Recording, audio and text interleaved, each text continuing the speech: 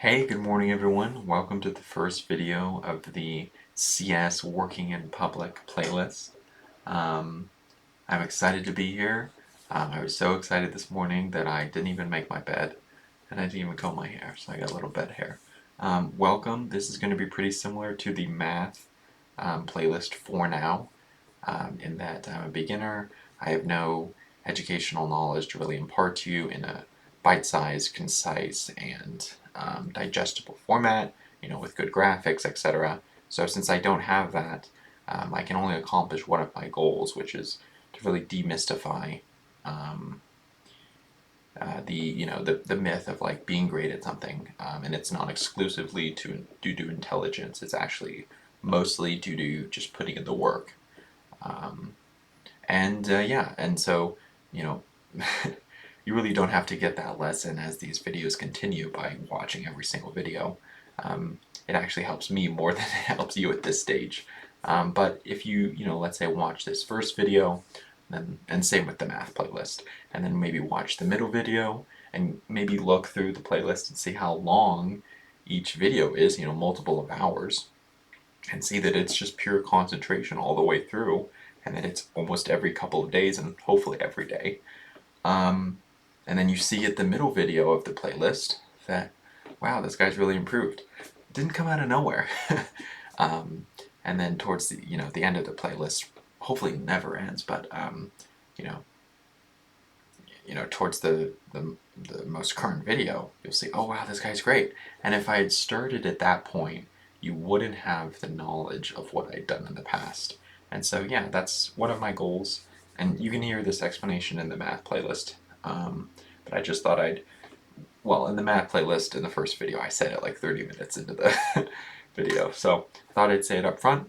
That's one of my two goals. Demystify some of this. Just really annoys me when I see people doing this online, and people that people really look up to. People saying this because it actually benefits them.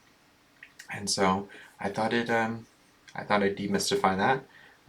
This video, as I mentioned, the map, helps me, keeps me accountable. It helps me in my career by, putting myself out there and showing my thought process, and showing myself as a technically capable person for the job hunt, and just in general to meet really interesting people, like-minded, that can just, oh, this guy's cool, and connect with me, where otherwise I would have to be introduced by someone, meet them at a conference, etc., or meet them through work. So it just really broadens my exposure to really interesting people. So, at this stage, there's a lot benefiting me, but I hope that over time, as I get more experienced, I'll be able to create more educational videos. Like in the vein of Three Blue One Brown, or beautiful graphics, really concise, just really hard hitting, and really a lot of knowledge per second. So yeah, with that, let's get started. So I'm switching from finance actually, and this was the course that I took as I was figuring things out. As I stopped working in finance, and I was like, okay, what am I going to do? And not to give too much backstory, you don't need it. But um, I never saw myself as a CS person. I actually took a programming class in high school. It was cryptography. We would code up cryptographical, programs, very basic, of course, from World War II, like, or yeah, and some things like the Caesar cipher, and then our last project was something like the Enigma machine, and I didn't like it. um, and I just think this is also a cool lesson for you guys that maybe you're not ready for like the thing that you really are meant to do, which sounds weird. Like it's people view it as like this destiny thing, and I do too. But maybe you're just not ready at some point in time, even if you encounter, just weird. So I I was exploring some stuff. I heard about this. It was completely online. I thought, okay, great. I like high quality um, educational institutions. It's free. Let's try it. So just for FYI, I signed up through edX just because I wanted eventually to get a certificate. Probably not the paid one, or anyway, I wanted a certificate and more. And I think it gets graded when you're going through here. And if you resume the course, you'll see that like It's in this shitty edX user interface, but it's the same stuff. It's just an introduction to computer science course, and you'll see, I'm getting off a little track, but this is where I went to, and I did it for about consistently for maybe 4 months every morning, um, you know, and by this point I actually was kind of getting my head around CS and programming, just barely. Like I didn't understand, for example, type def yet, but for loops I had like an instinct, what kind of an instinct, a beginner instinct of when to use it, and it was just really coming together, and I felt myself getting to the point where a lot of mature programmers are, where they can just kind of code anything up. I think that's really cool, that freedom of that. But I was getting there and then I stopped. I don't know why, but I did. But I really enjoyed it. Um, and here, this isn't meant to be career advice, YouTube channel. But I thought I'd touch upon it because, it was something that I hadn't seen discussed online in the realm of career advice when I would search online for, things that would help me chart my own path. And in fact, I almost saw the opposite of the advice that I'm about to give. And that is that, people are like, oh, find your passion, find your passion. There were some days where it was tough, and you'll see this from the math videos. Like, I enjoy it clearly, but there's some days where I'm like, fuck, I do not want to do this, and you'll see me like pounding this coffee. And, if you have to pound coffee, which makes anything more intellectually interesting and make you, gives you more energy, people would be like, well, is it really your passion? I would say yes. If it is your passion, it doesn't mean it's not if you have to drink coffee. But if you have to drink a lot of coffee and you just to get yourself to do the basic stuff consistently, almost every day, then yes, that's probably not your passion. But I wanted to just touch upon what that meant, at least for me. And Paul Graham says it a lot more concisely and beautifully than I can. So I encourage you to read some of his blog posts. But it pretty much says, would we all, even the people that have found their passion, would rather be on a beach in Tahiti or Hawaii? Yes, obviously. It's more so that for any of you that have taken extended vacations for months, you'll know the feeling of like, okay, I'm relaxed. This is really fun. I want to get back to life, especially if you're young. I want to get back to life. I want to start living. And that's the experience that I had for sure.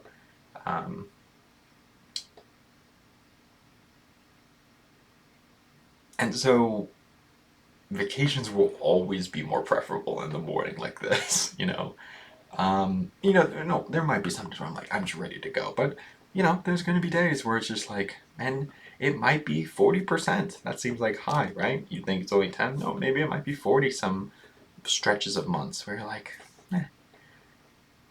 It's more so what is better for, like, it feels good in the long term. It's like going to the gym. Like, there might be some days that it really sucks and you don't want to go, but over the long term, it is better for you. And you recognize that, like, on an instinctual, deep feeling level, that, like, this is what I enjoy.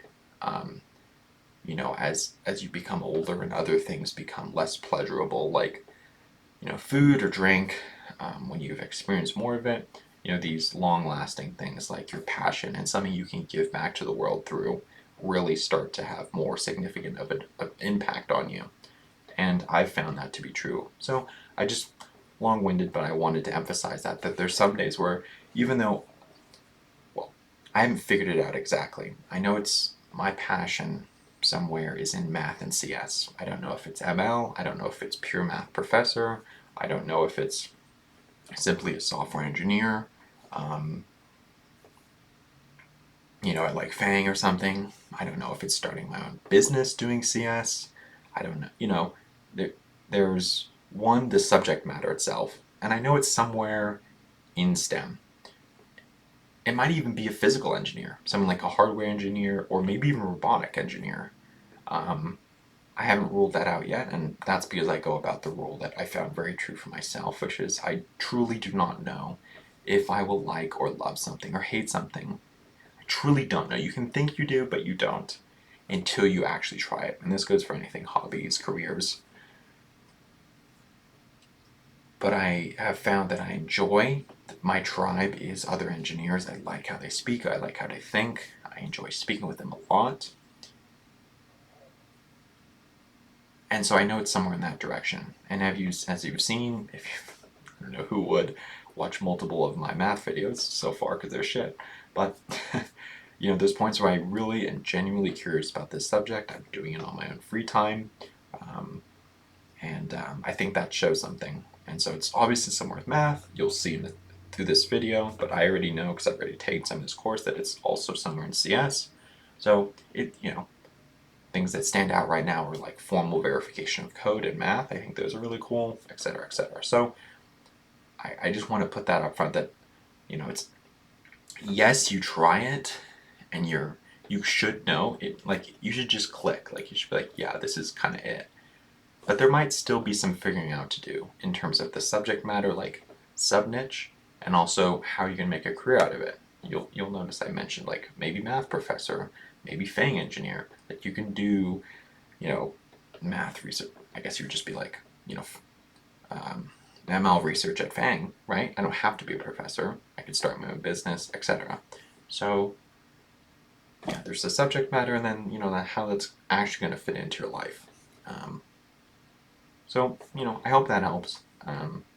I don't see it being very talked about so concretely online, as well as just so um, you know bluntly, because people think, well, it sounds bad to say, there's some days even my passion doesn't get me out of bed because everyone wants to be, seen as Mormon, like very happy every single day and perfect. And, I think they should just be more honest because it really harms youth that sees some of your content online and truly bases their life decisions, like how they will live their life, on what information you're giving them and on how their passion should feel.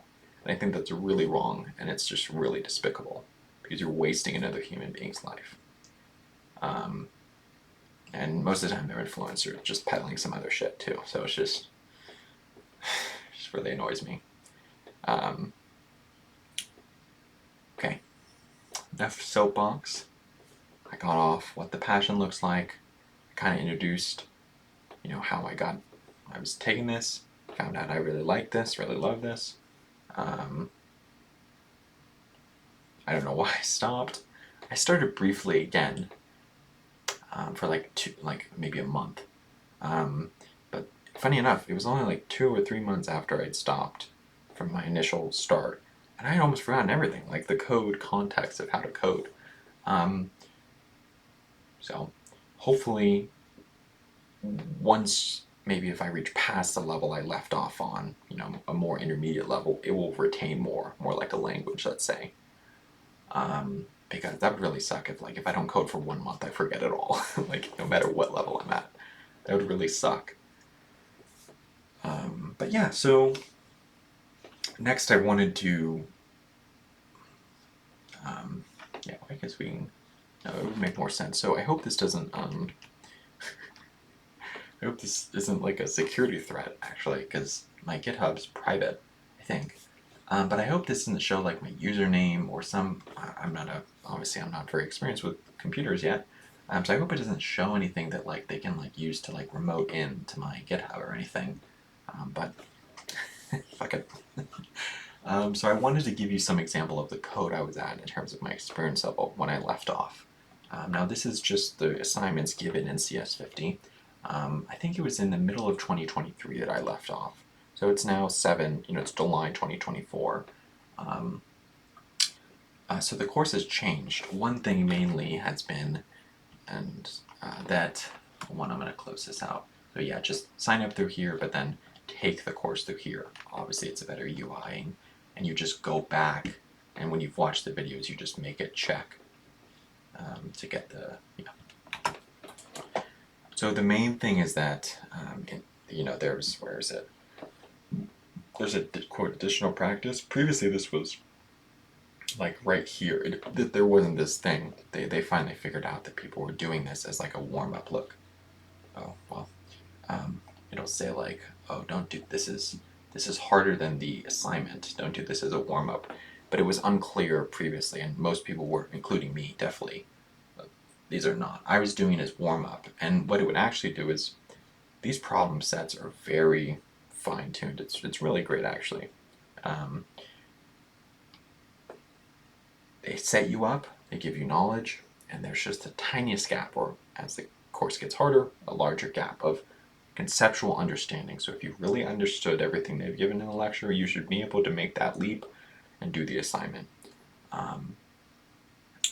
And the gap is like something they don't tell you how to do, is what I mean.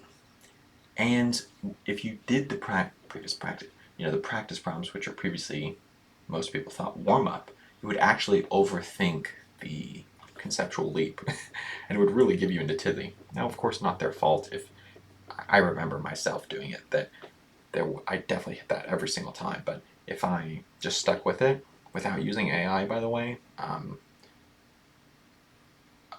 you would overcome it. You would just let it stew in your head for a few days, and then you would get it. Actually, I think maybe that's why I don't remember, but it was the memory assignment where that really just screwed me, because there's so much, and I was really overthinking it. But that's obviously not the case anymore. I won't do that again this time. Speaking of AI, when I was doing it, I made a promise to myself, because one, AI was at GPT-3 level, and then two, I knew that it was raw of my learning, and I don't have the answers for how we're going to use it in the future, but I know that while I'm building this foundation, you can definitely feel it. That when you're knee deep in learning, and then you resort to GPT to give you the answer, you've definitely robbed yourself of the problem solving, the stick with itness that you get when you just let a problem stew for multiple days. And then three, I said problem solving, stick with it, and you rob yourself of really imprinting that very specific thing being taught in that assignment for that week, imprinting more, because when you learn it yourself, it definitely imprints harder than just getting the answer. I think I'm going to take this. I had a caveat to that. After like 3 days of letting it stew, if I couldn't find the answer, I would type very specifically to give me a hint to ChatGPT, and it would. Now that eventually devolved into me just asking for the full answer. So I think what I'm going to do is just ChatGPT as a rule. And it's nice. I'm committing publicly to it, and it might take 2 more extra days of letting it stew, but I think that'll really help.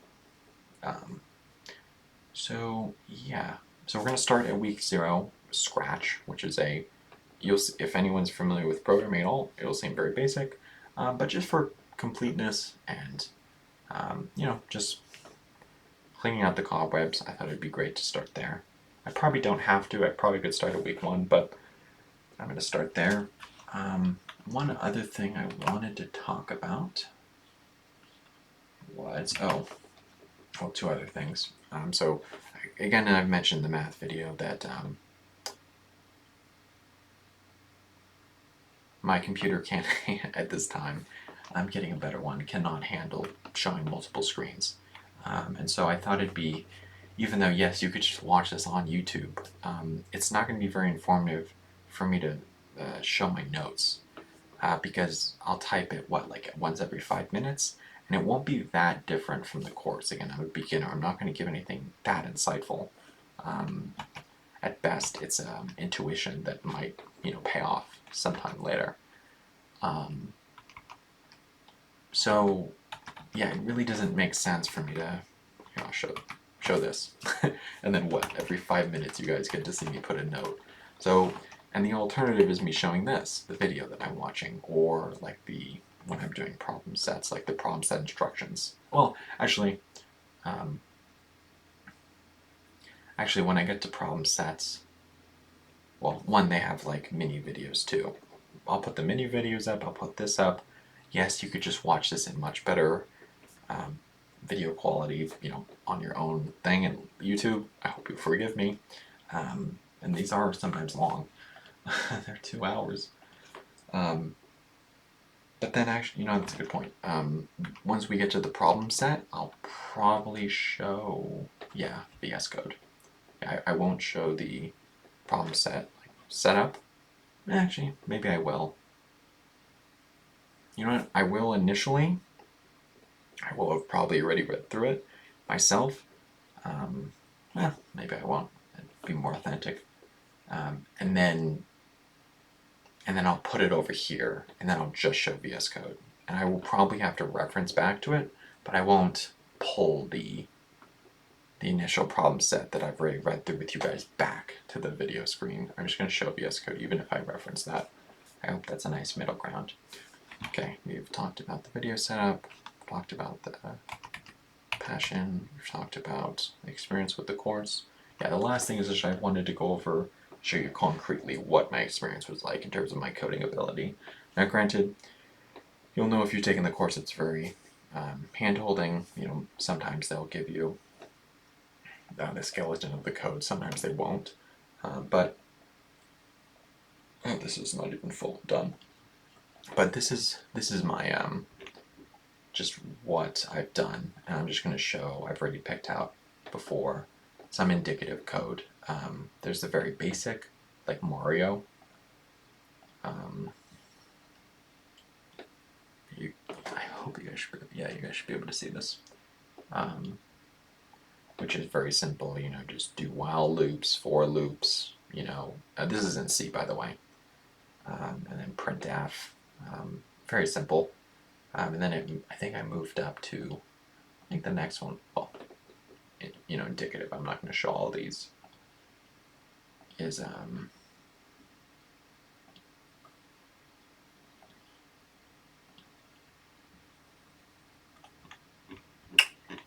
credit, which was like a credit system, I think, like a credit card processing thing. Oh, it was to check if like the credit card given is fraudulent or not, based upon very known like indicators, like if they say it's Visa, but then there's certain things in a credit card number that tells you if it's Visa or not, so you have to check that, things like that. So just more if statements. You'll see there's probably a more efficient way to do this. I just did it very logically, what popped out of my head, a lot of if-then statements.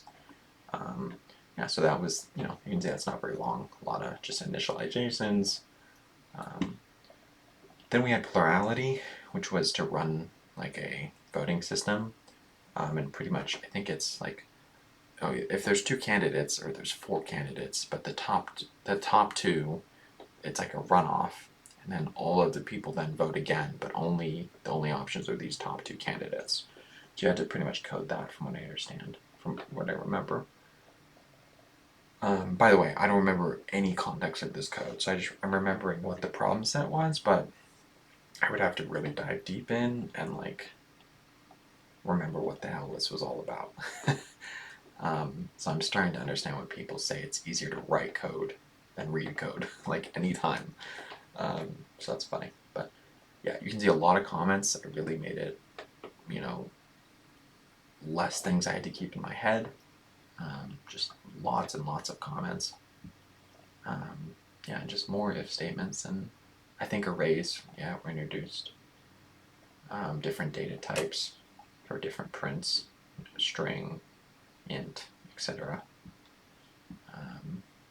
Yeah, okay. The idea of libraries. Okay, and then we went to recover, which was close to memory. This was tough for me because I was overthinking it. But yeah, this was where you removed the idea of a string and just went into the concept of characters, an array of characters. We went into memory, what the idea of buffer is, how to open and read a file, read and write. Yeah, and this was hard. I think this, yeah. Oh, I skipped. Oh yeah, and the first recover, I didn't even look. I let in all these libraries to try to help out, and it was just I did a lot of work, but I just deleted it. I was like, this is dumb. It was only on my second attempt. I had to start from scratch. So yeah, recover was cool though. Like, okay.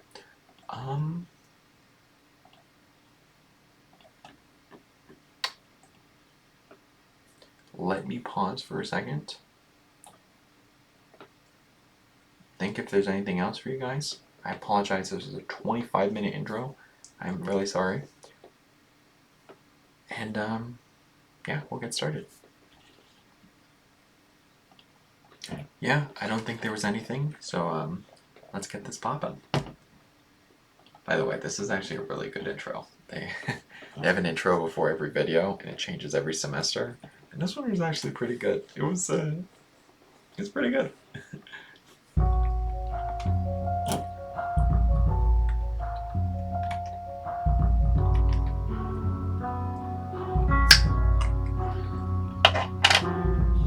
Start the timer. 1 hour.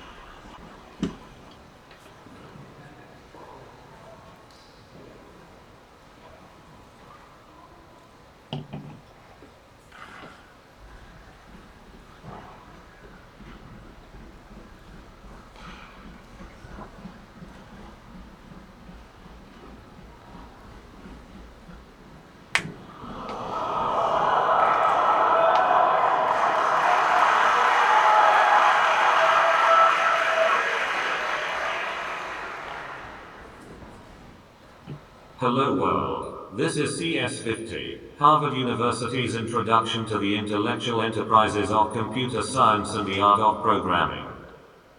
Woof woof.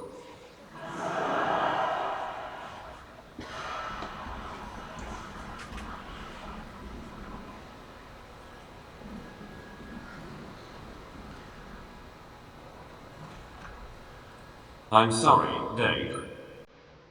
All right.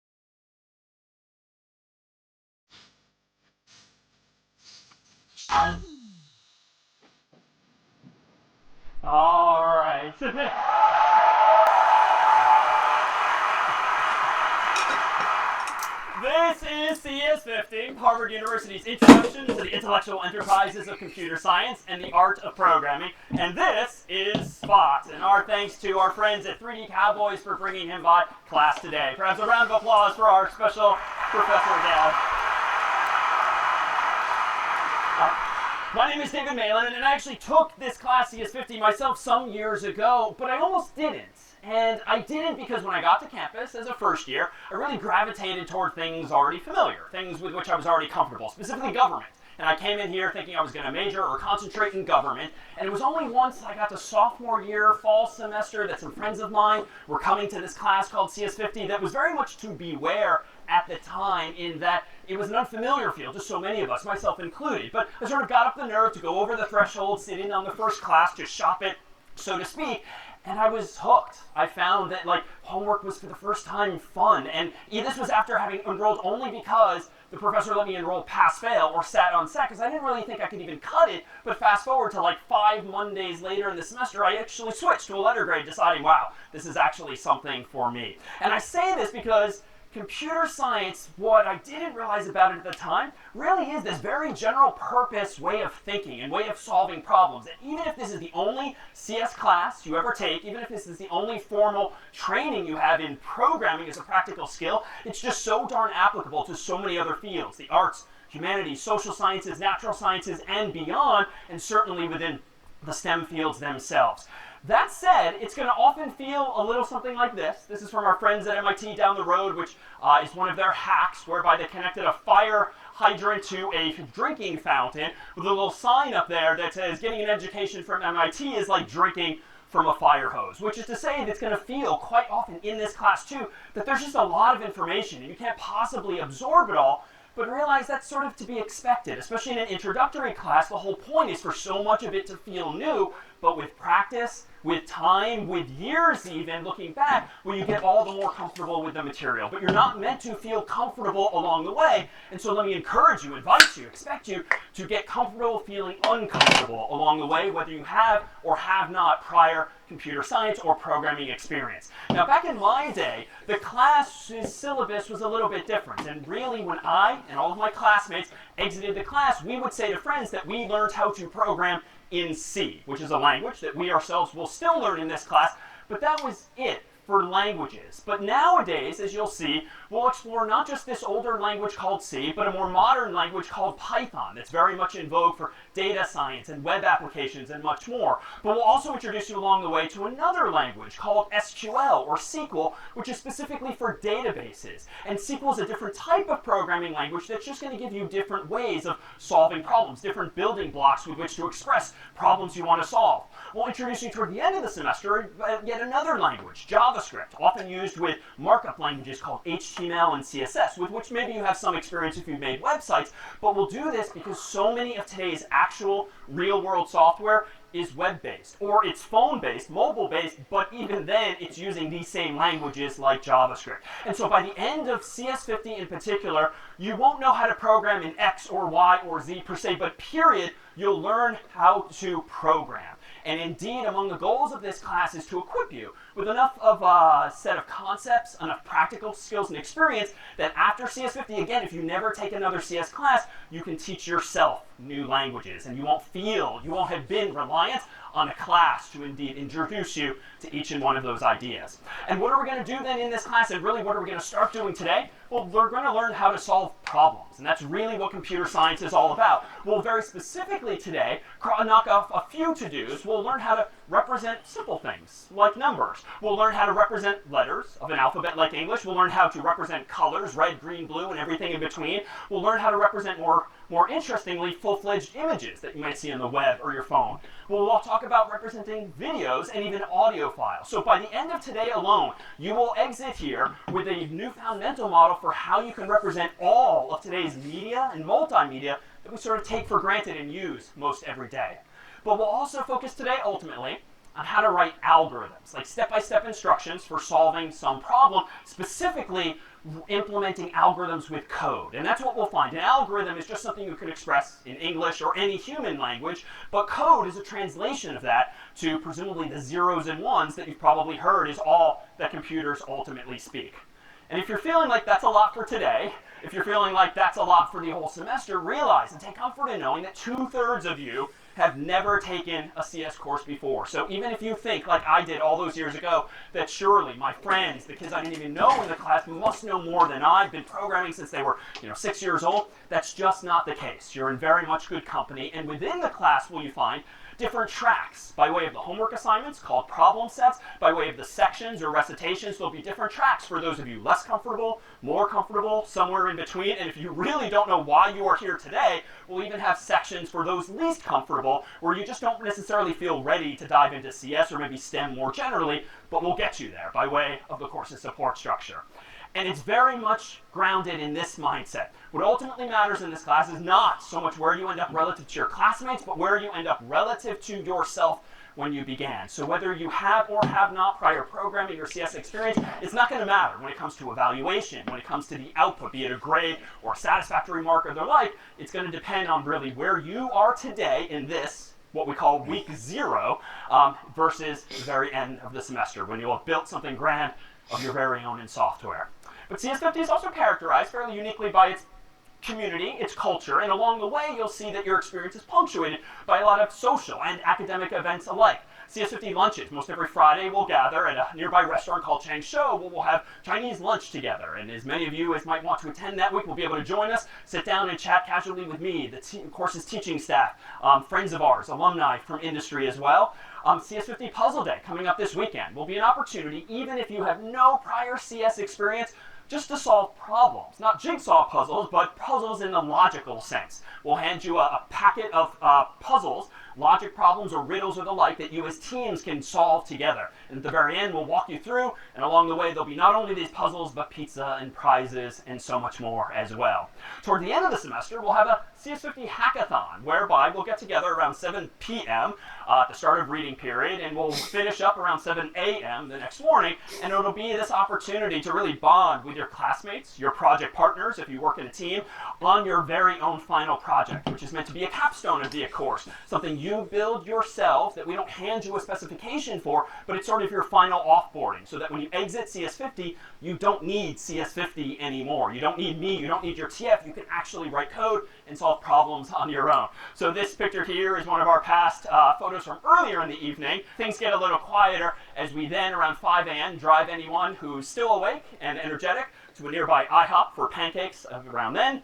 But here's how most of the evenings tend to end for at least some of your classmates prior. But at the very end of the class is the so-called CS50 Fair, an exhibition of all of your final projects for friends, faculty, students, and staff across campus, whereby you'll be invited to a space like this. Bring your laptop, bring your phone, whatever it is you have built and created, and we'll just show it off for a bit of the afternoon, complete with music and friends from industry and candy and all what makes gathering together at term's end fun. And you'll wear, ultimately, very proudly, we hope, your very own I took CS50, stating very matter-of-factly what I did some years ago, that indeed this was a course I myself took. So today, let's focus then on computer science. Pretty fun. I didn't know there What were is that it? many Well, it's in-person really like events. the study of information, I hope but so. really it's more specifically about solving problems using certain ideas and techniques, all of which you'll exit the course with.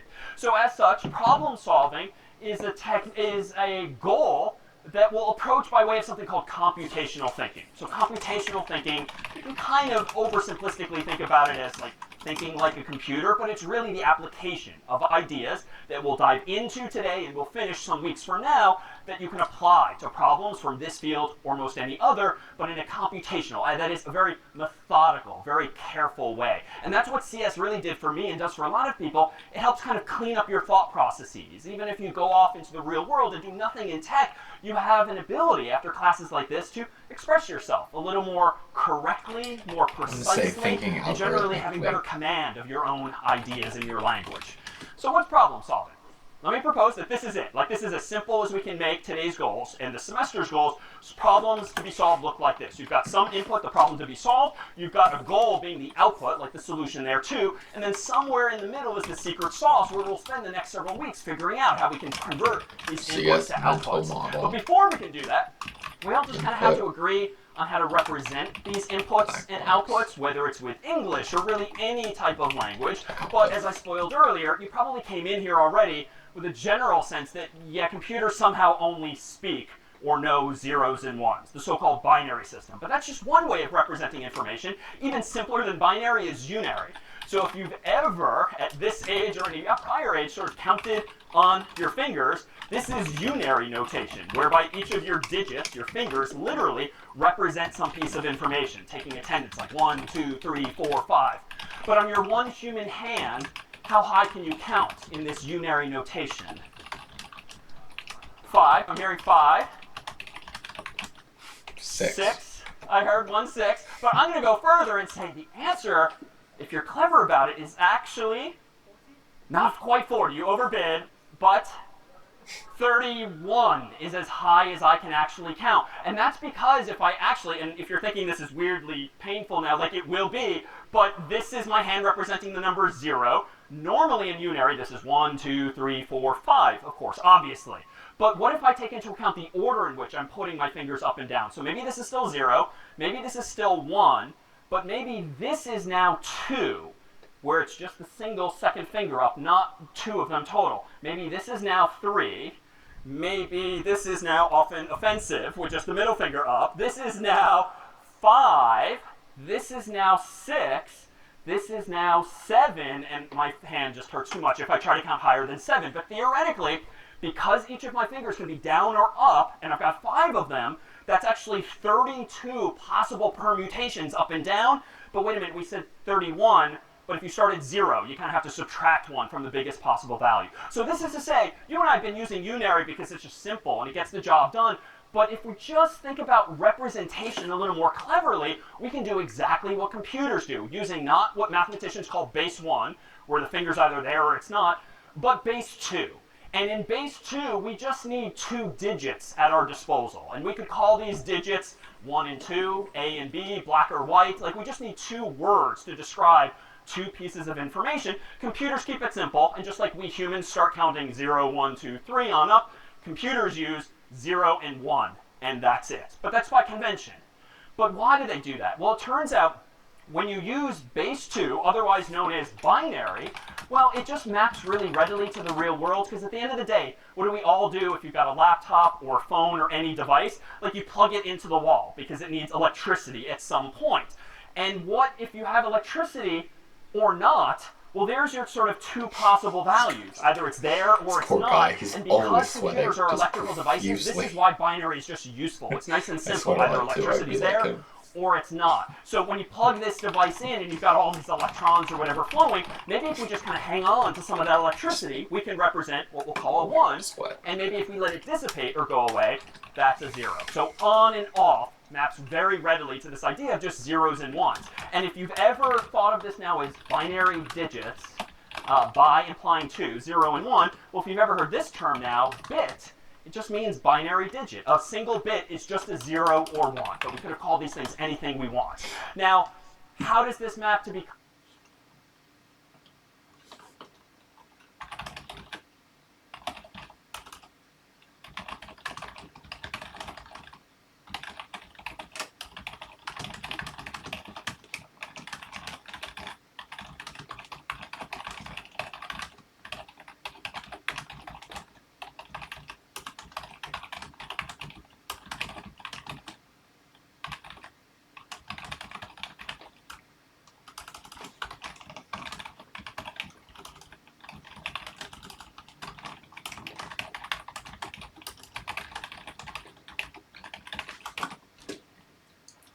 Okay. I want to think of one more example of something you can use in the real world. So he gives later in the thing bulbs to represent binary, but so you either need on or off. Well, there's one example from Three Body Problem, the TV show, where it's like up or down, they're raising a flag, but I want to think of something more unique to ground this idea and also give more practice applying this to the real world.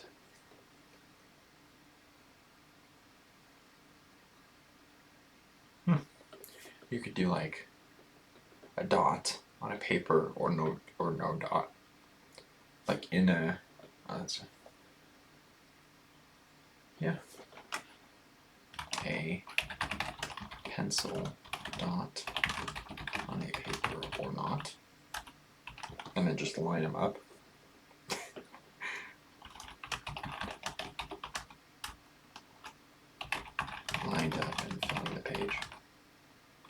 Let's think of another one. More like natural.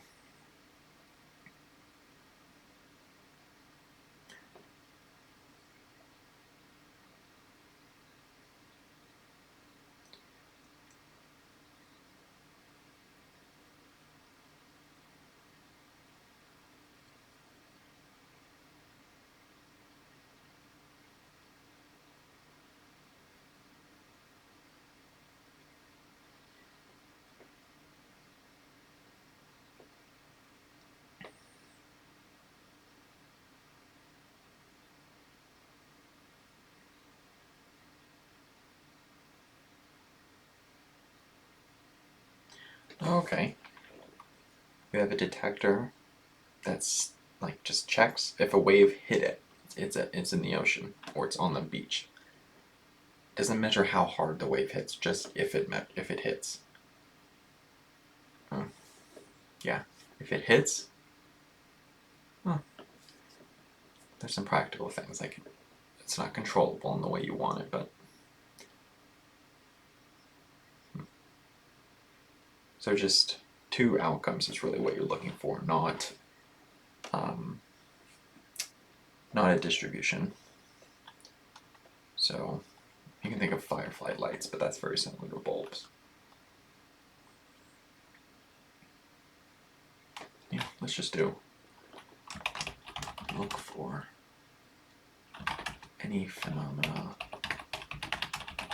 where there are only two possible states. That's a good way to put it. Not a distribution / continuous set of states. Sorry, I just really wanted to. I thought that was an interesting point. Clear to the real world, well, we can't see the tiny little switches inside of our Macs, PCs, and our phones that are actually turning the electricity on or off, storing electricity or not, but they're called transistors. They've got like millions of them in today's hardware, and they're just on or off like a switch or a light bulb. So for instance, if there's no electricity, the switch is off, we would call this, by convention, a 0. If, though, you throw the switch and it actually turns on, we would call this an on, exactly a 1. We could have reversed it, but this is just the way the world decided to standardize. And that's it. So you've either got something on or off, a 1 or 0, and this then is this thing we know now as a binary digit or bit. So once we've got these values, the switch is off, we would call this, by convention, a 0. If, though, you throw the switch and it actually turns on, we would call this an on, exactly a 1. We could have reversed it, but this is just the way the world decided to standardize. And that's it. So you've either got something on or off, a 1 or 0, and this then is this thing we know now as a binary digit or bit. So once we've got these values, what about how can we go about perhaps representing things? Well, you know what, it turns out we've got like a lot of light bulbs right here. Let me grab, let me grab the little music stand here. Let me borrow a couple of these bulbs and see if we can't make clearer than my hand alone what's going on here. So I'm going to go ahead and grab 2 of these, and I'll just put them here, and I can turn these things on or off now. So if I've got 2 bits, 2 switches, 2 transistors, if you will, well, if I go ahead and turn on this one, I'm representing what number in binary, perhaps? So just 1. Now, if I'm using unary, I would turn this one on and be done with it, and that's 2. But not in binary. Binary, it's the permutations. Which ones are on and off that matters. So what now in my permutations?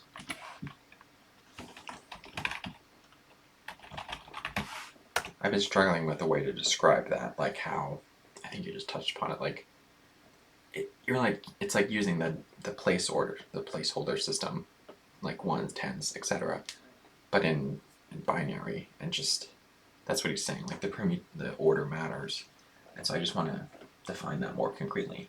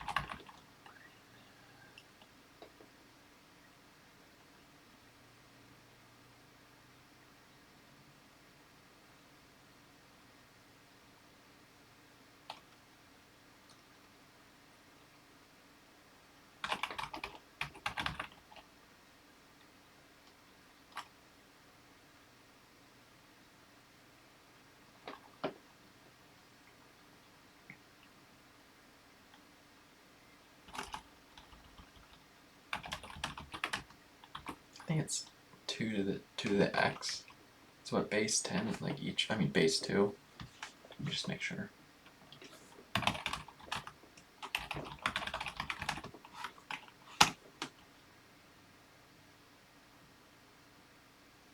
It's, so 2 to the 0, 2 to the 1, 2 to the 2, 2 to the 3. Okay. Yeah, so it is 2 to the x.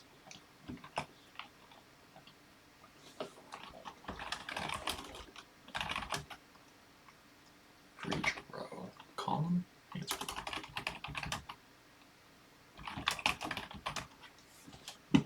yeah, you'd be surprised. I still do not. I don't memorize it. I should look this up a few times.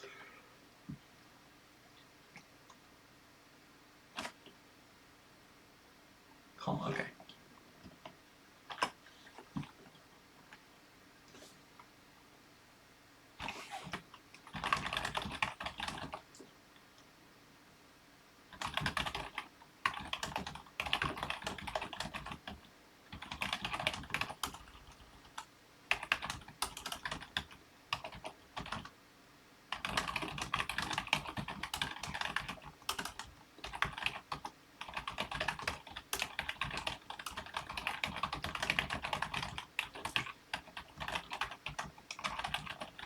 Permutation, it matters in which way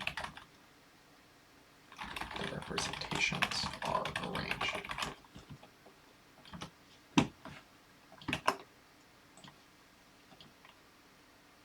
Representing here perhaps.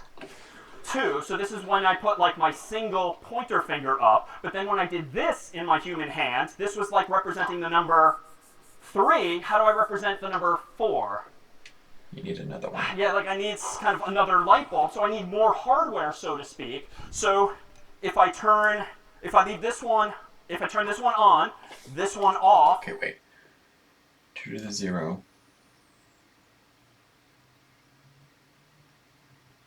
Interesting. So this is both 2 to the 0 and 2 to the 1.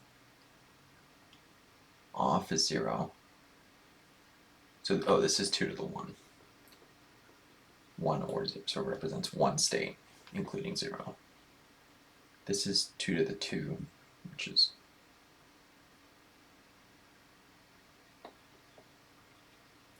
but he said it only goes up to 3. 2 to the 2 is 4, so how do you... I already went over that. Maybe it's like 2 to the 1 plus... Maybe it's 2 to the 0 plus 2 to the 1. That would make sense. Then it's 1 plus 2. That's 3. And this is 2 to the 2 states, so 4. So 4, 1.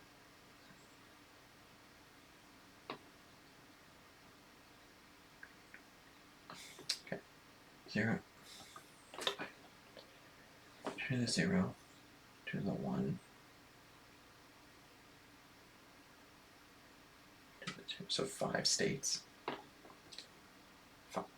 This makes any sense. 0, 1, 2, 3, 4.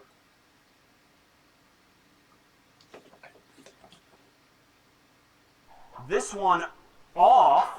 Now I have the number 4, and someone tell me, saying the words on and on and on, or on or off or on, using combinations of on, off, and on and off. How do I represent 5 from your left to your right? How about over here? On, off, on, I heard, and that's exactly right. And how do I represent maybe 6 over here? Oh. Off, on, not quite from left to right. Okay, so from right to left. So I think we leave this one on. This one I'm going to claim represents now 6 and 7. I'm just going to, it's actually going to be on.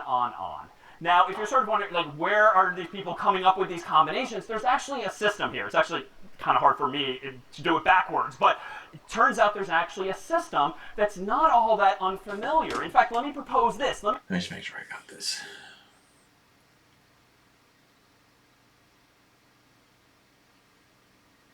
Maybe it would help if I could write it out.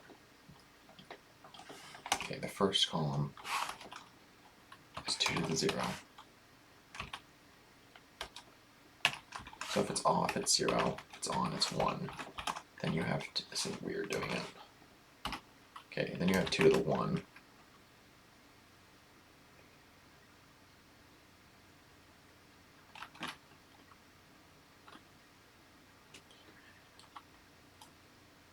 Which can be 2 or 3. And if it's 2, it's off, on, and if it's 3, it's on, on. Okay? Now you need to represent 4. You just represent 1 of 2 to the 2, which is 4. So if you run a, so 2 to the 2, 4, 5. Okay, so each one adds 2.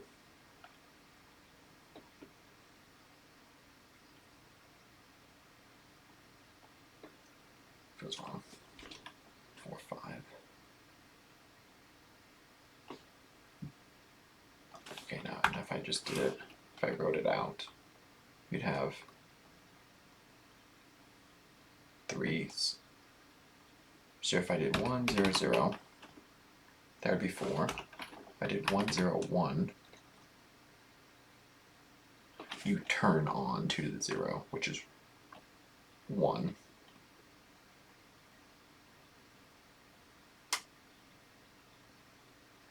So that would be 5. And if I did 1, 1, 1,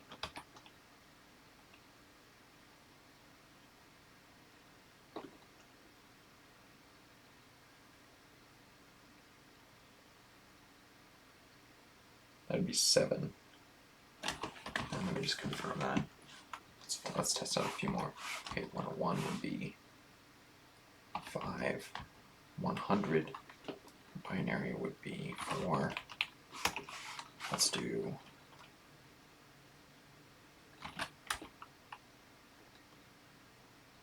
0, 1, 1 would be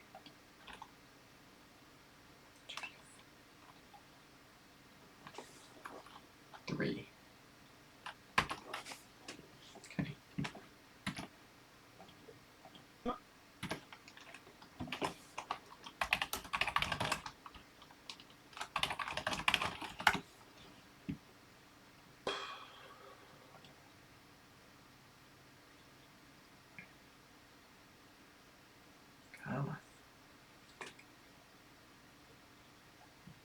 Okay.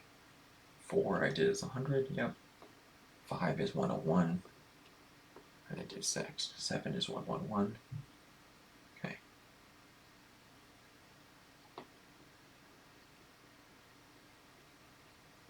So the reason you need 4 is because 2 to the 4 is 8.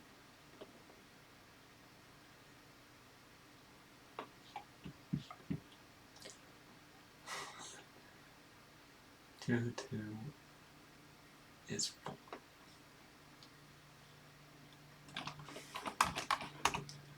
Guess I need more coffee. Or it's too early. Oh, okay. Why would you need 4?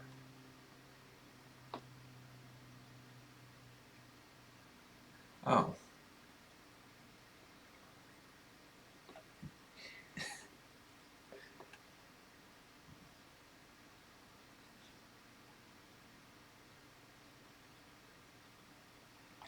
Here's 0. I remember working this exact thing out. I had a whole bunch of paper. Okay, I'm gonna let him finish and then figure it out.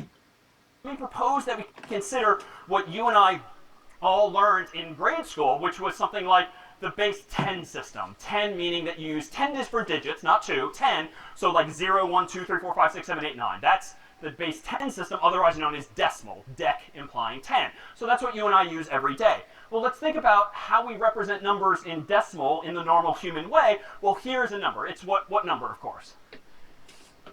123. So we all just have an intuition for that, obviously, but it's not necessarily 123. You're just assigning meaning to the positions of these digits. This is really the pattern 1, 2, 3. but you immediately jump mathematically to 123. But why? Well, odds are in grade school you learn that the rightmost digit is the ones place, or the ones column. This is the tens place, or the tens column. This is the hundreds place.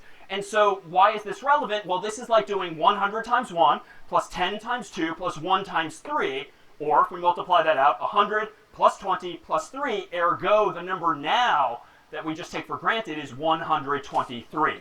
But that's in base 10, the so-called decimal system, whereby each of these digits is in a different column. And those columns are, again, ones place, tens, hundreds, if we keep going, 1,000, 10,000, and so forth. But where did these come from? Well, here's the base. If you remember exponents and all of that, this is just 10 to the 0, 10 to the 1, 10 to the 2, ad infinitum. And so now, what if we just change the base from 10, 0 through 9, to just 2 digits, 0 and 1? Well, now the math is sort of fundamentally the same, but it's 2 to the 0, 2 to the 1, 2 to the 2, which gives us the 1's place, 2's place, and 4's place. Now, why is this relevant? If you've got 3 light bulbs, or 3 bits that are off, off, off, what have I done? 4 times 0 plus 2 times 0 plus 1 times 0 is obviously the number you and I know in decimal as 0. This, though, represents the number you and I know as... This represents... So it's not the furthest leftmost placeholder.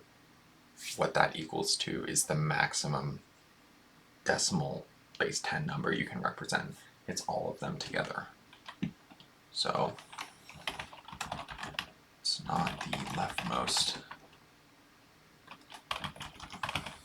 base 2 actual value, open parentheses, 2 to the 4. That is the max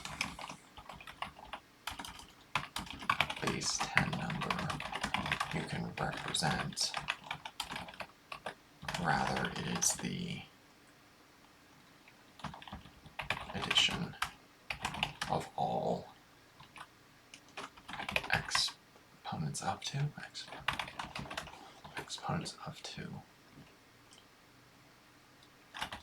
that is max base 10 number you can represent. Example. I'm gonna, to the 0, to the 1.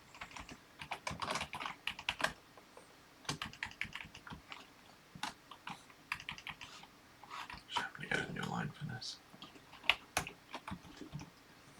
This is 4. This is 2.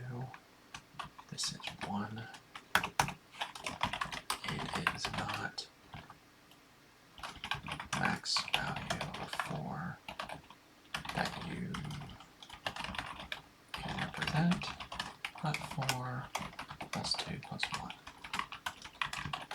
which is 7.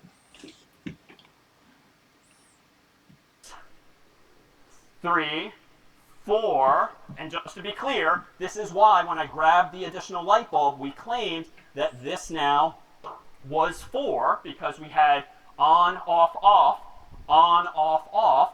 This now is 5, this now is 6, this now is 7, and if I wanted to count higher, what would the pattern of zeros and ones be for the number 8?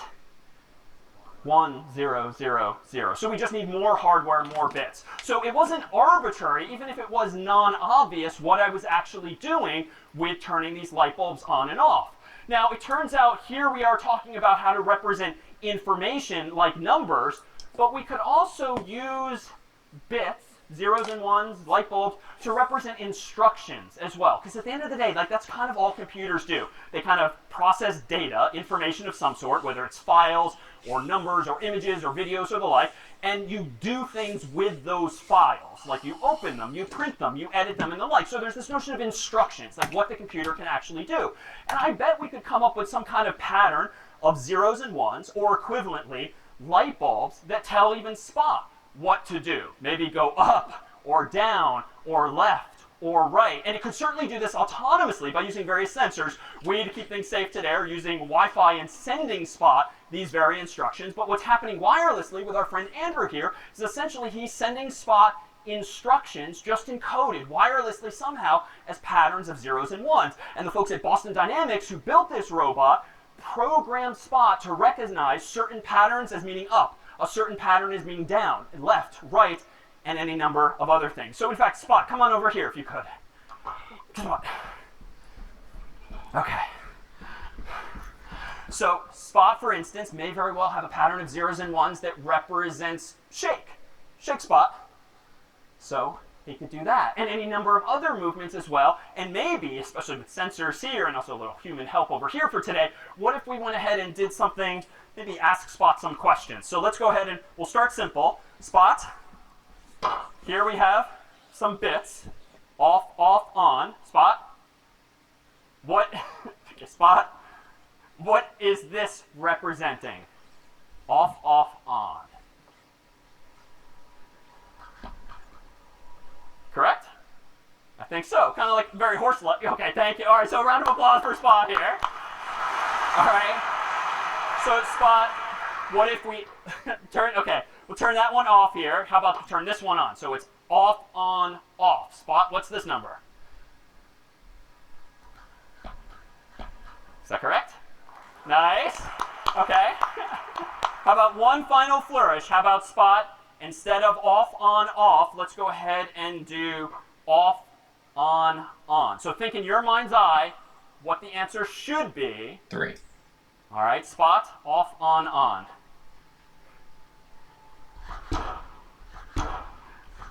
Okay, and a round of applause for Spot as well. So this is to say, no matter how fancy, thank you, Spot, no matter how fancy today's hardware or software is, it really just boils down to representing information and instructions, and computers and phones and the like really are just operating on those same pieces of information, whether implemented in zeros and ones or with really anything else. All right, so where can we take this once we have this agreed upon system for representing information? Well, it turns out that using 3 bits, 3 zeros and ones at a time, isn't actually all that useful. And you and I, even in conversation, don't often say the word bit, we say the word byte. And what is a byte, if familiar? 8 Yeah. bits. So it's just 8 bits. It's just a more useful unit of measure, and it happens to be a power of 2, 2 to the third, which just makes math work out cleanly. But it's just a convention to have more interesting units of measure than individual bits. So a byte is 8 bits. So for instance, this represents, using 8 bits, 8 light bulbs, the number you and I know is 0. And this byte of all 1 bits, now you got to do some quick math, represents what number? Okay, I got this. Alright, 8, which is 2 to 3 bits. I feel like there's an easy way without writing it all out. If he said 2 to 3 bits, because 2 to 3 is 8,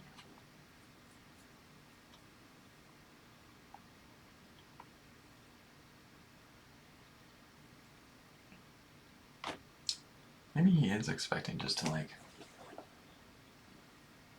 2 to the 0, 2 to the 1, 2 to the 2, 2 to the 3, 2 to the 4, 2 to the 5, 2 to the 6, 2 to the 7. Oh, okay, so 2 to the 7 factorial, right? Factorial is a...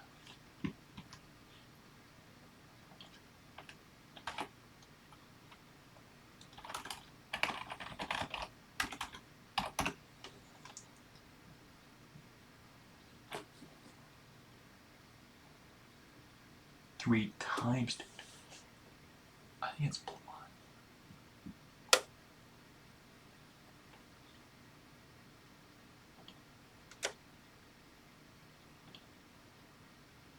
I think it's each column plus each other, not multiplied.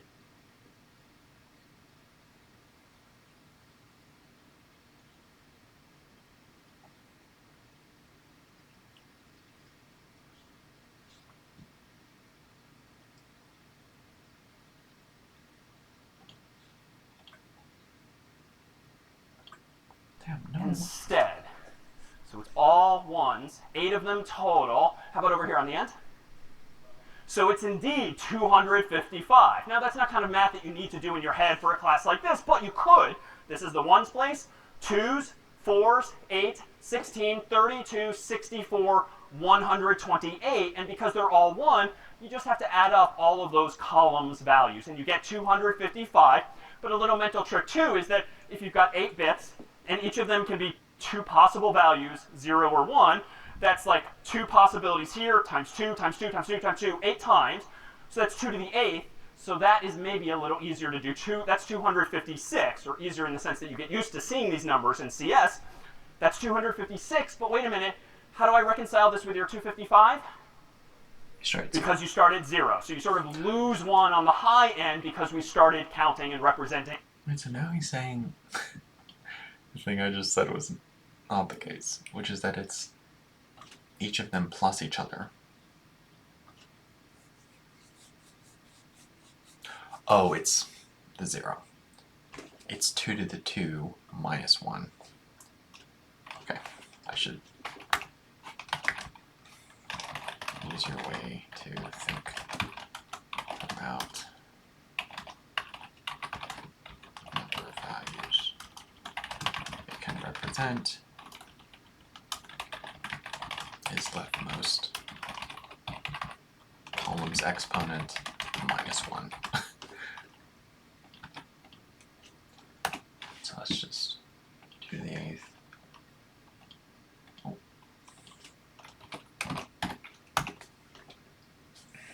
Minus 1. That's a lot easier than adding them all. The number like 0. All right, questions on how we've represented just numbers, or for instance instructions to spot thus far. Any questions on binary, unary, or the like? No? All right, so seeing none, let's let things escalate a bit. So how do you represent letters? Because obviously this makes our devices more useful, whether it's in English or any other human language. How could we go about representing the letter A, for instance, if at the end of the day, all our computers, all our phones have access to is electricity, or equivalently, switches, or metaphorically, tiny little light bulbs inside of them that can be on and off. That's it. There's no more building blocks to give you. How could we represent something like the letter A? Yeah, how about here? Yeah. Perfect. So we could just assign every letter a number, and we could do this super simply. Like maybe 0 is A and 1 is B, or maybe 1 is A and 2 is B. It doesn't really matter so long as we all agree, and we all use the same types of computers in some sense ultimately. Well, for various reasons, the humans that designed this system, they went with the number 65. So nowadays, anytime your computer is showing you the capital letter A on the screen, underneath the hood, so to speak, it's actually storing a pattern of 0s and 1s that represents the number 65. And it tends to use 7 bits or typically 8 bits total, even if it doesn't need all of those bits in total. So how do we get there? Well, here, for instance, is that same pattern. Here is that pattern of bits that represents 65. And why? Well, quick check here. This is the 1s place, 2s, 4s, 8s, 0 to 65, right? 16, 32, 64s place. Okay, so 6 zeros and 1s that represents the number 65. And it tends to use 7 bits or typically 8 bits total, even if it doesn't need all of those bits in total. So how do we get there? Well, here, for instance, is that same pattern. Here is that pattern of bits that represents 65. And why? Well, quick check here. This is the 1s place, 2s, 4s, 8s, 16, 32, 64s place. Okay, so 64 plus 1 gives me 65. So that is to say, here's how a computer, using some light switches, so to speak, would represent the number 65. And our Macs, our PCs, our phones just all know this. So whenever they see that... I'm going to say 0 to X for ASCII's. Okay, but I think 65 is capital A. That's where he's going with it, if I remember anything. Which is 0, 1, 5, 1, 2, 3, 4, 5. In binary. In their memory, so to speak, they show a capital letter A on the screen. So that's it. That's a system known as ASCII, the American Standard Code for Information Interchange, and the A is actually operative there, because we're only talking thus far about English letters in our alphabet. And in fact, I claimed a moment ago that we only use 7, maybe 8 bits to represent letters of an alphabet. So just to come back to you, if I may, how many possible... Each letter slash symbol is represented using 8 bytes, even if that is a bit more, a little more than absolutely required to store the value in binary.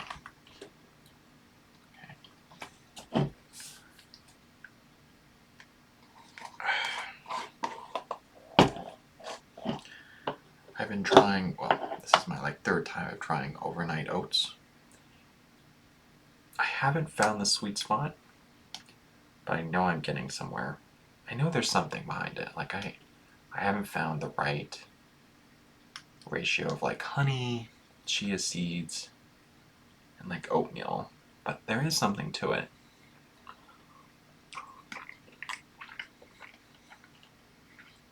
There's something to it. This was a different batch I made, so with different ratios, and it's apparently you're supposed to add fruit too, and granola, which I do have, but I'm in the zone. It's yeah, maybe add cinnamon or chocolate powder. Letters of the alphabet how many possible letters of any alphabet could we represent with 8 bits? 256, the numbers 0 through 255. Now that's more than enough for English, because we've got A through Z, uppercase, lowercase, a bunch of numbers, a bunch of punctuation. Now it's coming back. I remember hitting upon this last time we went through this. Okay. The leftmost column, this exponent value, represents the maximum number of values you can represent in that entire sequence. If the number stops at that leftmost column. However, how many base 10 numbers are represented in binary is that leftmost exponent minus 1, because we will at 0 as one value. So 2 to the 8th byte is 255. It's 256 values, but numbers 0 to 255.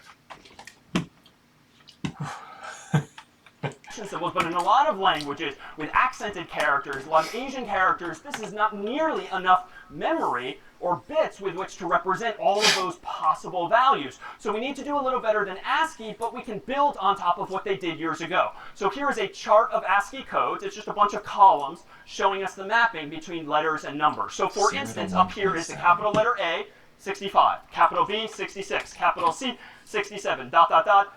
72 is H, 73 is I, so and so forth. There's some weird things over here, like special symbols that we'll learn about over time, but there's a mapping between every English letter of the alphabet and some number, just as you proposed, both for uppercase and lowercase. So for instance, if we highlight just a few of these for now, and I say that I've just received a text message or an email that underneath the hood, so to speak, if I have the ability to look at what switches are on and off, I received this message here. Well, first, and this is not what CS is about, but just fun fact, does anyone know what number this would represent in decimal? If this is the binary Okay. There must be a faster way. I'm going to 2 to the 0, to the 1, to the 2, to the 3. 2 to the 3 is 8. So 8 to the 4, to the 5, to the 6. 128. 128 plus 8. 136. Pattern. One's place, two's place. 72 is correct. And again, not intellectually all that interesting, and this is not the kind of math that we spend all day as, yes, a computer scientist doing, but it's just following the same darn pattern, which is... Okay. 2 to the 0, 2 to the 1, 2 to the 2, 2 to the 3. 2 to the 3, 2 times 2 is 4 times 2 is 8. 2 to the 4, oh, did I say 2 to the 3, 2 to the 4, 2 to the 5, 2 to the 6, 2 to the 7. Okay, so 2 to the 6. 2 times 2, 4. 3 fours. Oh. And it's 64. What did I say? Oh, because I thought it was an 8-bit, and I thought it was the 7th, so that it would be 128 instead of the 256. So 64. Oops. Say it might look cryptic, but conceptually, intellectually, it ultimately is exactly as we did before. So yes, I'll spoil the rest of the math. It's 72, 73, 33. Now, anyone remember in your mind's eye what message we just spelled? Yeah, so it is in fact high, though no one really said that excitedly. What's the 33, if you noticed? Okay, so a lot of people notice, yes, it's an exclamation point, and that's indeed noticeable right here. 33 is the exclamation point, and that's just something eventually that might sink in. But for the most part, if you remember capital A is 65, you can figure out like at least 25 other answers to these kinds of questions, because they're all contiguous like that. So there's the exclamation point, but at the end of the day, we might just have this mapping known as ASCII, and it's how our phones and computers and devices more generally actually store information. So we thought we'd maybe take a little pressure off of me here, and we maybe flip things around. How about we try applying this newfound knowledge, if it's indeed new to you, with like 7 volunteers, 7 bits, if we could. Okay, so your hand first, come on down. Maybe your hand's there. Okay, 3, come on down over here. How about 4 and 5? Yeah, come on down. Yep, in the black shirt, yep. How about, let me go farther back, how about in the green over there? And how about you, 7 over here? All right, come on down. Come on down. Show a round of applause for our brave volunteers. All right.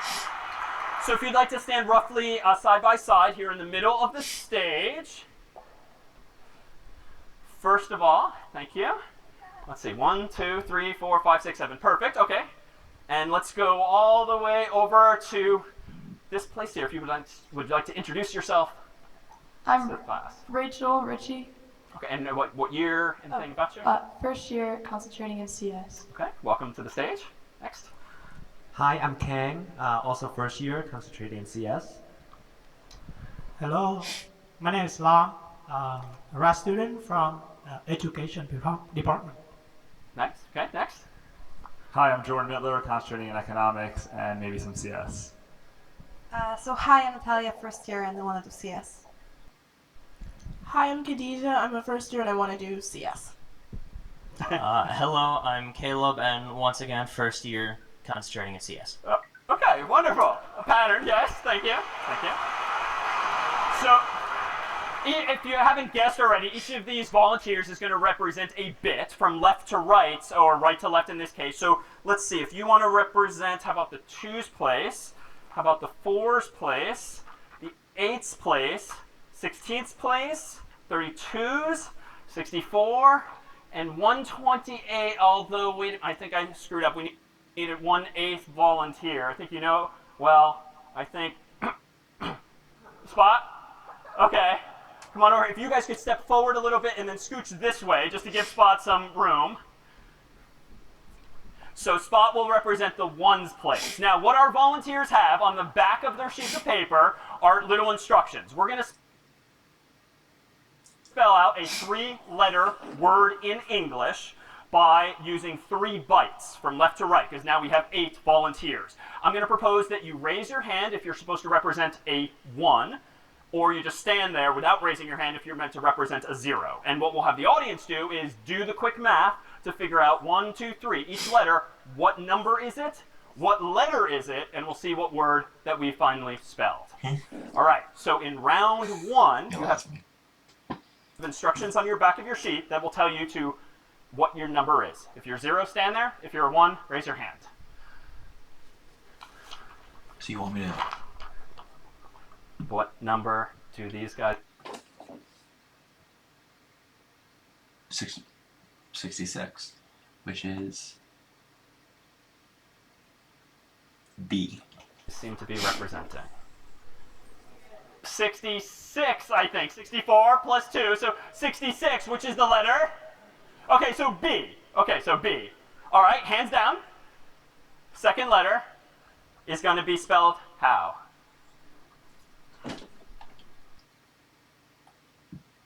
$68.70. F. BF.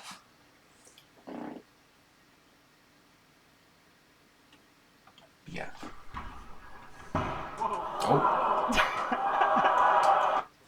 71. BG. All right. What are we spelling now? I think. Yeah, okay. Yeah, I think you're right. 79. O. E-O. Okay. Now what number are we spelling? They have a break at some point. 79, I heard, which is the letter? Where's their break? It's like... Oh, it isn't. It's just a cut. It's like somewhere around here. This might be it. Thank you.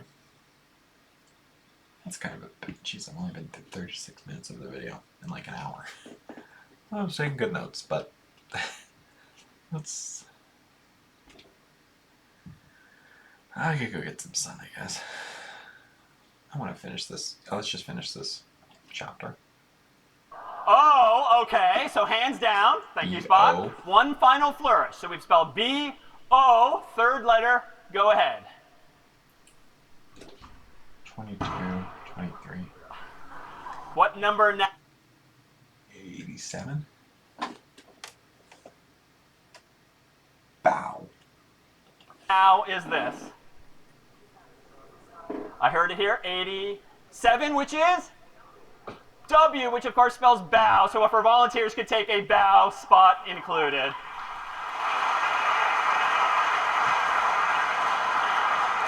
So this will make more sense in week 1 when we have an assignment involving a certain someone from the Nintendo world, but we have a lovely parting gift for each of you.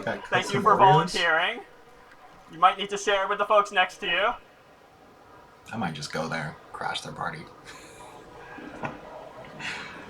Get arrested. Oh, here we go. There we go. Thank you so much. One more round of applause if we could for our volunteers. Thank you. Okay. All right.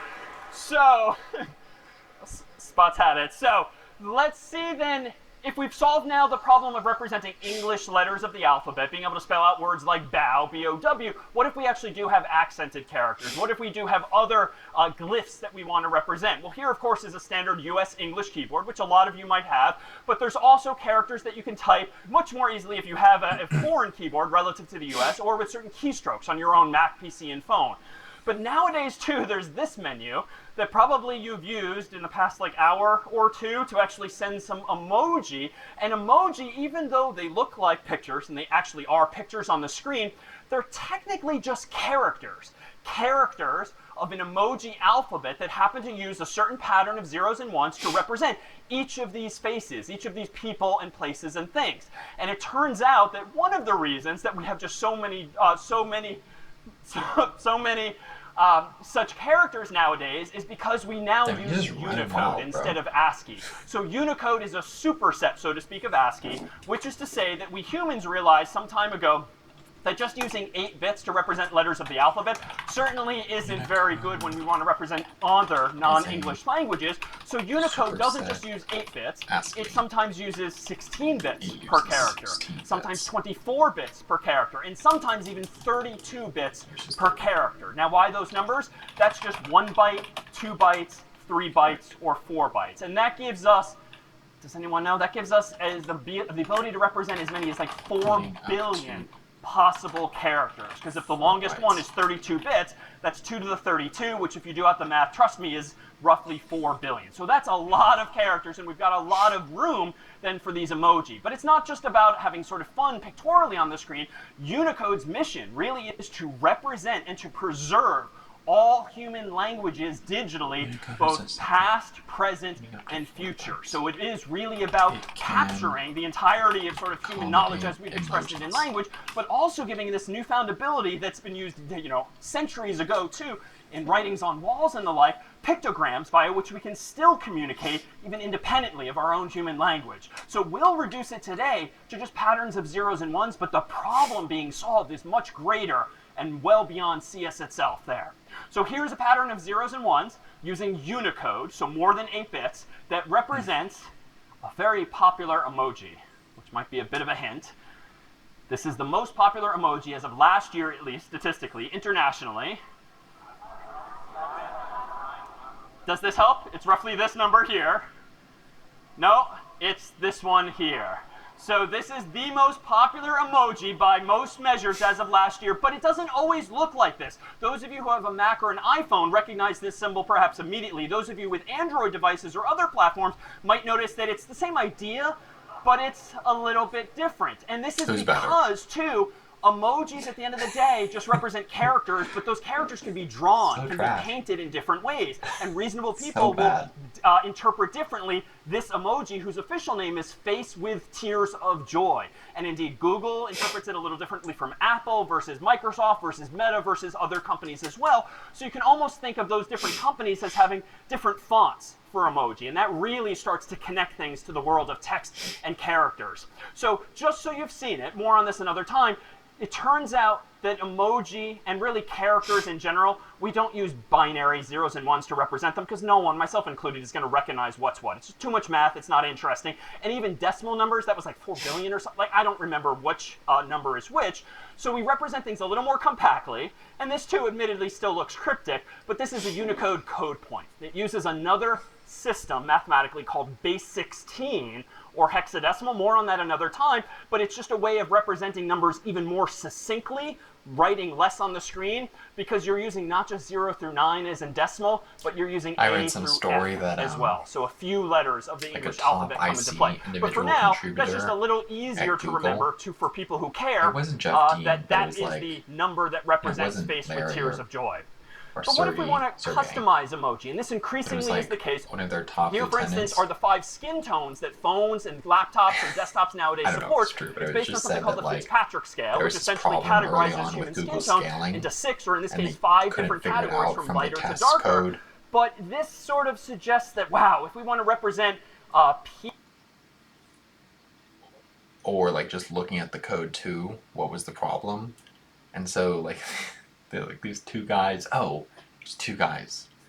I'll be able to look it up. I've looked them up before. Like just read through the binary. And somehow they were just like interpreting it like into what it actually meant in code, which it seems made up, right? Like even if you're so smart, that's so much computation going on in your head, which is insane. But apparently they like actually went through it and then found like the bug. And damn, if I could get to that point in binary, that sounds fucking dope. Like, that sounds really cool. Just side tangent I was thinking. People with 5 different skin tones like this, that could kind of significantly increase how many unique patterns of zeros and ones we need for every possible face. But if we think about it from an engineering perspective, we can actually just think of skin tone as modifying some default color, for better or for worse. And like yellow was sort of the de facto default, sort of Simpson style, but to modify it to look more genuinely human-like from lighter to darker, well, maybe we just use the same pattern of bits to represent a human thumb, for instance, thumbs up or thumbs down, and we just then modify that character to be displayed with a different skin tone. So for instance, here then is the thumbs up that you might use on various platforms, and let me just stipulate that this is the Unicode code point. That is the number that Macs, PCs, and phones use underneath the hood to represent the default yellow thumbs up. But if you want to give it like a medium skin tone, you still use that same number, that same pattern of zeros and ones or switches underneath the hood, but you use a few more switches that the computer or phone will interpret as, oh, you don't want to see the default in yellow because of this second number that's in the computer's memory somewhere. You want me to adjust it to be the medium skin tone or any of the other values instead. So that's sort of the engineering solution to this problem of just trying to represent different ranges of emoji here. Well, what about something like this? There's a lot more combinatorics nowadays on your keyboard for relationships, for instance. So here is a couple with heart here.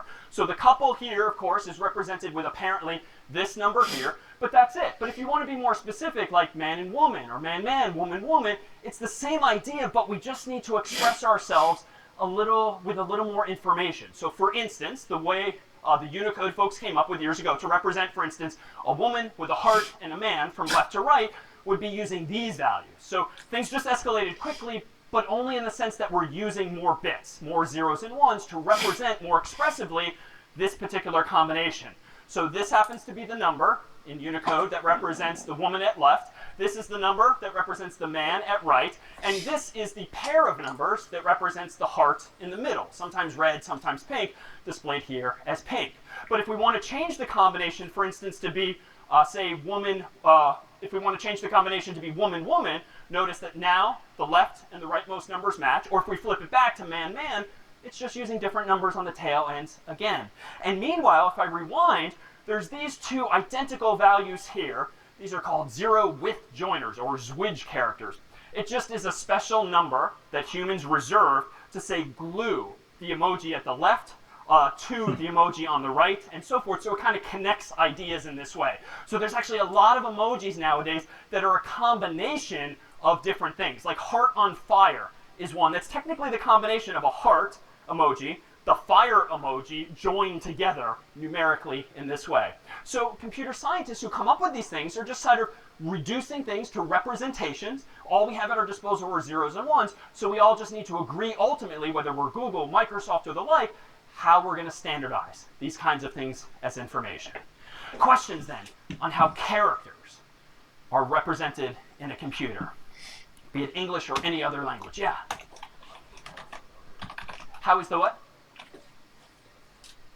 Oh, the U plus is just a convention, really. So U plus represents a special Unicode character, which is a U with a plus in the middle. And this is just the convention for saying, hey everyone, here comes a number that represents a Unicode code point. The U and the one have the U and the plus have no mathematical significance. It's just a visual clue to folks. Other questions on representing text in this way? All right, so what about colors? We've already started looking at pictures. Well, how are those pictures, be it emojis or anything else, represented? One of the most common ways is just with RGB, red, green, and blue. It turns out that if we just keep track of how much red should be on the screen and how much green and how much blue combined together, that gives us every color of the rainbow, from white to black and everything in between. So how do we represent an amount of red and green and blue? Well, frankly, just with 3 different numbers. And this is how computers typically represent colors. Every one of the dots on your computer screen or your phone screen is called a pixel.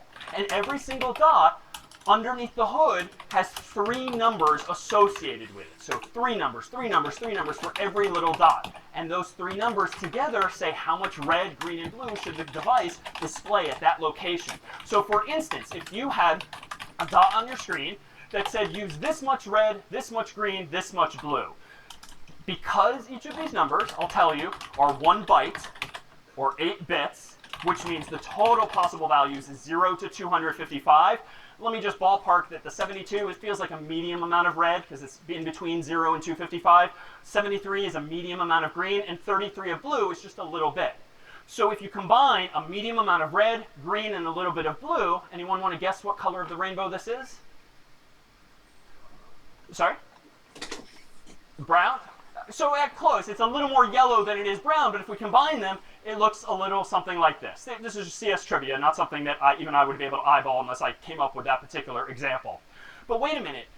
We've seen these numbers before. 72, 73, 33 represented what? A few minutes ago. So it meant high, but here I am claiming, no, that means yellow. How do you reconcile this? Well, at the end of the day, this is all we have, zeros and ones, whether you think of them as numbers or letters or even colors now. But it depends on the context. So like if you've received a text message or an email, odds are the pattern of zeros and ones that the computer is showing you are going to be interpreted as text, because that's the whole point of a text message or an email. If, though, you opened up Mac OS's or iOS's or Windows or Android's calculator app, the same pattern of zeros and ones might be interpreted as numbers for some addition or subtraction or whatever. If you open the same pattern of zeros and ones in Photoshop, like a graphics program, they're going to be interpreted in that context as colors. So context matters. And indeed, as soon as next week when you start writing code in that language called C, the onus will be on you, the programmer, to tell the computer, interpret the following sequence of bits as a number or a letter or something else. And you won't have to even worry about what the zeros and ones are, but you need to give the computer a hint as to what type of file or piece of data you're representing. So that gives us bits, and you can actually see these dots, these pixels. Color gets 1 byte to have a distribution red or green, meaning a distribution from 0 to 255. Pixels on the screen. Let me zoom in, and here we have it, just with this emoji, which at the end of the day is a picture that someone at Apple, in this case, drew. And you can see if you really zoom in or take your phone or TV and really put it close to your face, you'll see all of these dots, depending on the hardware. And each of these dots, these squares, is storing 24 bits or 3 bytes. 24 bits, 24 bits, 24 bits. And that's why, ... if you've got a photograph, for instance, that's like 3 megabytes, which is 3 million bytes, well, odds are there's 1 million pixels therein, because you're using 3 bytes per pixel to represent each of those colors. That's a bit of an oversimplification, but that's why images and photos are getting bigger and bigger nowadays, because we're throwing even more pixels into the file. Music. How could you represent music digitally using just zeros and ones, or numbers, really? Any instinct? Whether a musician or not? Yeah. Yeah, so we can just represent notes by a number. So A is some number, and B, and maybe sharp or flat is some other number. But note might not be quite enough for some, yeah? Okay, so one number to represent the note itself, the sound or the pitch, one other number to represent the duration, like in the context of piano, like how long is the human holding the key down, and maybe I can think of a third, like the loudness, like how hard has the person played that note. So minimally, with 3 numbers, you could imagine representing music as well, and indeed that's very well might be what computers are doing when you listen to sound. What about video? How could you represent videos as well? Yeah. Yeah, many images. So if you've ever produced a film or looked at some of the fine print, 30 frames per second, FPS, or 29 frames per second is just how many pictures are flying across the screen, but that's really all a video file is on a computer. Lots of pictures moving so quickly in front of us that you and I, our brains, interpolate that as being actual motion. And in fact, from yesteryear, motion pictures, it's like pictures that are giving the illusion of motion, even though there's only 30 or so of them flying across the screen. So we have a way now to represent information both as input and output, whether it's numbers, letters, images, anything else. It's cool. Tying it back to that. We didn't do that last year, nor the representing music digitally. Now we have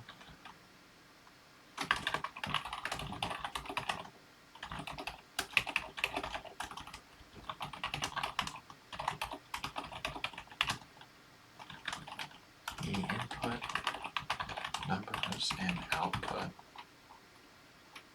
Letters / symbols, colors for music, etc. Let's now focus on what's inside of that black box, so to speak, wherein we have algorithms, step-by-step instructions for solving some problem. Now, what do I mean by algorithms or step-by-step instructions? Well, maybe if we were to turn this into code, and that's how we'll connect the dots ultimately today, code is just the implementation in computers of algorithms. An algorithm can be something we do in the physical world.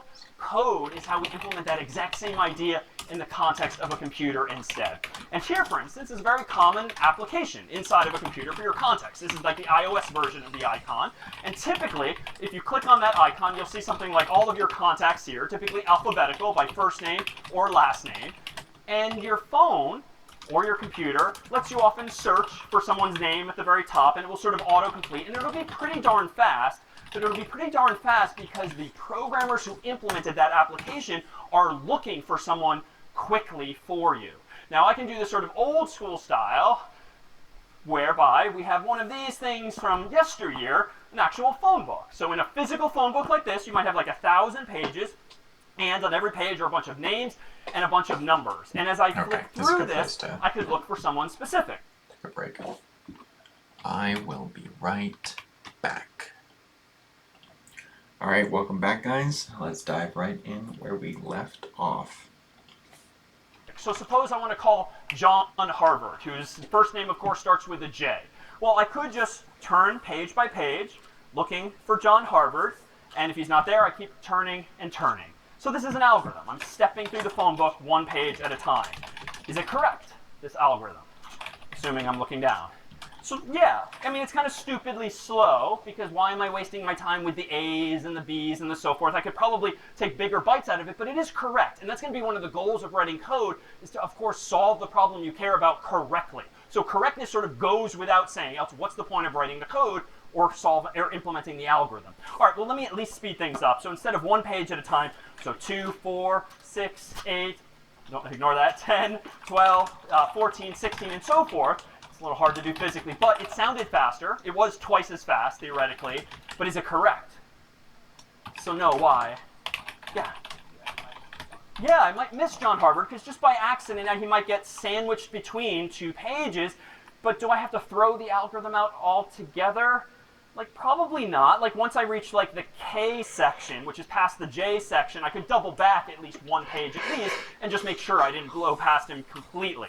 So that sort of is twice as fast, because I'm going 2 pages at a time, plus 1 extra step. So it's still an improvement. So the first algorithm, worst case, if it's not John, but someone whose name starts with Z, that might take me a full 1,000 steps.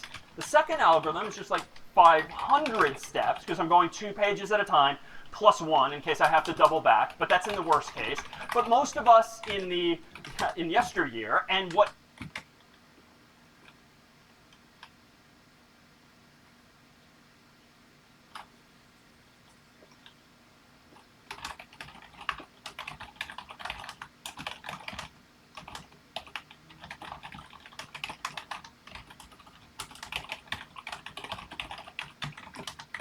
Apple and Google and others are actually doing is in software or here physically, we're typically going roughly to the middle, especially if there's no cheat sheet on the side like A through Z. I'm just going to go to roughly the middle, and oh, here I am, not surprisingly, in the M section. But what do I now know? If like this is the M section, where is John Harvard? So clearly to the left alphabetically, and so here is where we can take a much bigger bite out of the problem. We can really divide and conquer this problem by tearing the problem in half, throwing half of it away, 500 pages away, leaving me with a smaller problem, half as big, that I can really just now repeat. So I go roughly here, and now I'm in the E section. So I went a little too far back, but what do I now know? If this is the E pages, where's John? So now he's to the right, so I can, again, hopefully he's not on that page, I can tear the problem in half again, throw that 250 pages away, and now I've gone from 1,000 to 500 to 250 pages. Like, now I'm moving, because the first algorithm was 1 page at a time, second was 2. This is hundreds of pages at a time. And if I go roughly again to the middle, roughly to the middle, roughly to the middle, hopefully I'll find John Harvard on one final page. Can only do this once, but one final page. So that kind of invites the question, I would think, if the phone book does have 1,000 or so pages, how many times can I divide the problem in half to get down to one last page? So it's roughly 10, and the quick math is like 1,000 goes to 500 to 250 to 125 to like 67 something. So we have to deal with rounding issues eventually, but assuming we work out the math, it's roughly 10 page tears. And that's crazy faster than 1,000 pages, and still faster than 500 pages. So it's sort of fundamentally better. And indeed, if I finally get to that final page, you know, in the software world, you'd see something like this, John Harvard and his number, if you're welcome to call or text. But that's how we now have our answer, much like the single page there. But let's consider just how efficient that actually is. So here's a very rough, broad strokes a chart. So here's an XY plot. So here on the horizontal is going to be the size of the problem. By that I mean, how many pages are we trying to go through? This would be 0 pages. This would be a lot of pages. How much time does it take to solve the problem? How long does it take to find John Harvard or anyone else? This means like no time. This means a lot of time. So what's the relationship among these algorithms? Well, the first one is actually just... One is just time to, like, this is just complexity. But I wonder if there's other ways to evaluate algorithms, just other metrics. Multiple.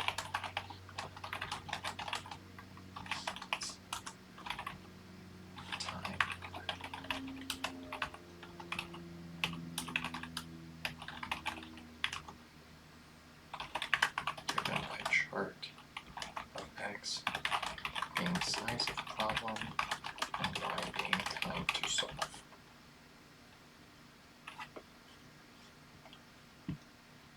Just a straight line. If there's n pages in the phone book, well, I claim that it's kind of a one-to-one relationship. Because if, like, Verizon or the phone company adds another page next year, that just means I might have one more step next year as well to find John Harvard or anyone else. But the second algorithm, it's also a straight line, but it's lower, even though it might not look obvious. And what do I mean by that? Well, let me just draw some temporary lines. If this is how many pages are in the phone book, ... notice that it takes this much time on the red line to solve the problem. But if I instead use the second algorithm, it takes me half as much time. So even though they're both straight lines, one is strictly lower than the other, which means it's faster, it's better. But the third algorithm is a fundamentally different shape, and it looks a little something like this. And it looks like it's going to flatten out, but it never does. It just rises ever so slowly. And what this means is that if maybe Cambridge and Alston here in Massachusetts merge next year, so we go from a 1,000-page phone book to a 2,000-page phone book, that kind of means, like, if we're here this year, we're over here next year, it's not all that much higher. But it would be much higher if we were using the first two algorithms. Why? It'd be an extra 1,000 steps to find someone in that combined phone book, or maybe another 500 steps. But to be clear, if we're using my third and final algorithm, how many more steps will it take me next year when Cambridge and Alston merge into one 2,000-page phone book? Just one more step. No big deal. It's one more page tear. And this is what we mean ultimately about not just writing code or implementing algorithms that are correct, but now that are well designed or efficient specifically. And this is what makes someone a better programmer perhaps than someone else, or a better problem solver than someone else, is acquiring over time.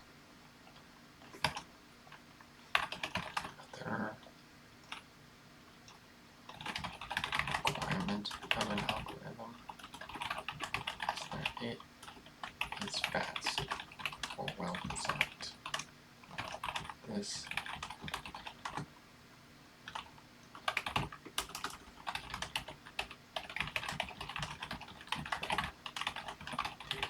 to utilize that should make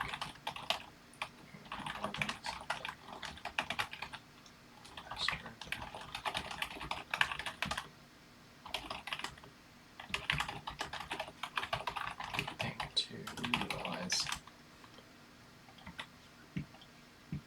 These skills so that, sure, you could solve the problem sort of quickly and dirtily, so to speak, but if you're going to have a lot of data eventually, be it in your phone book or maybe your Google website index if you're searching the web, you're going to want to try to think about how to design algorithms that look like this. Mathematically, this is called a logarithm, and it's log-based too, because I'm having again and again.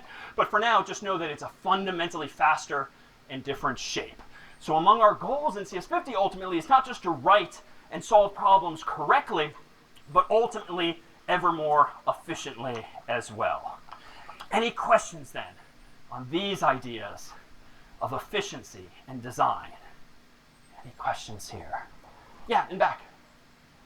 A good question, just to repeat, can a graph like this capture the accuracy of the algorithm? Short answer, no. For instance, if I drew a straight line that is super low on this graph, which would imply that the algorithm takes the same amount of time, no matter how many pages there are, my algorithm might actually be to just pull a random page from the phone book, one step, and say, here it is. But that's not necessarily going to be accurate unless I get really, really lucky. So the graph really only speaks to efficiency and the design of the algorithm, not the correctness of it. To analyze the correctness, you need to use another mechanism altogether, namely logic. Other questions now on efficiency in this way? No? All right, so With that in mind, let's begin to translate this to some actual code. And in fact, before we look today at one actual programming language, albeit a graphical one, let's consider something called pseudocode. So pseudocode has no formal meaning. Generally, you write it in English or whatever your own human language is, but you write your thoughts down tersely, succinctly, but precisely. You try to really convey your thoughts, not with a wave of the hand metaphorically, but step by step, precisely.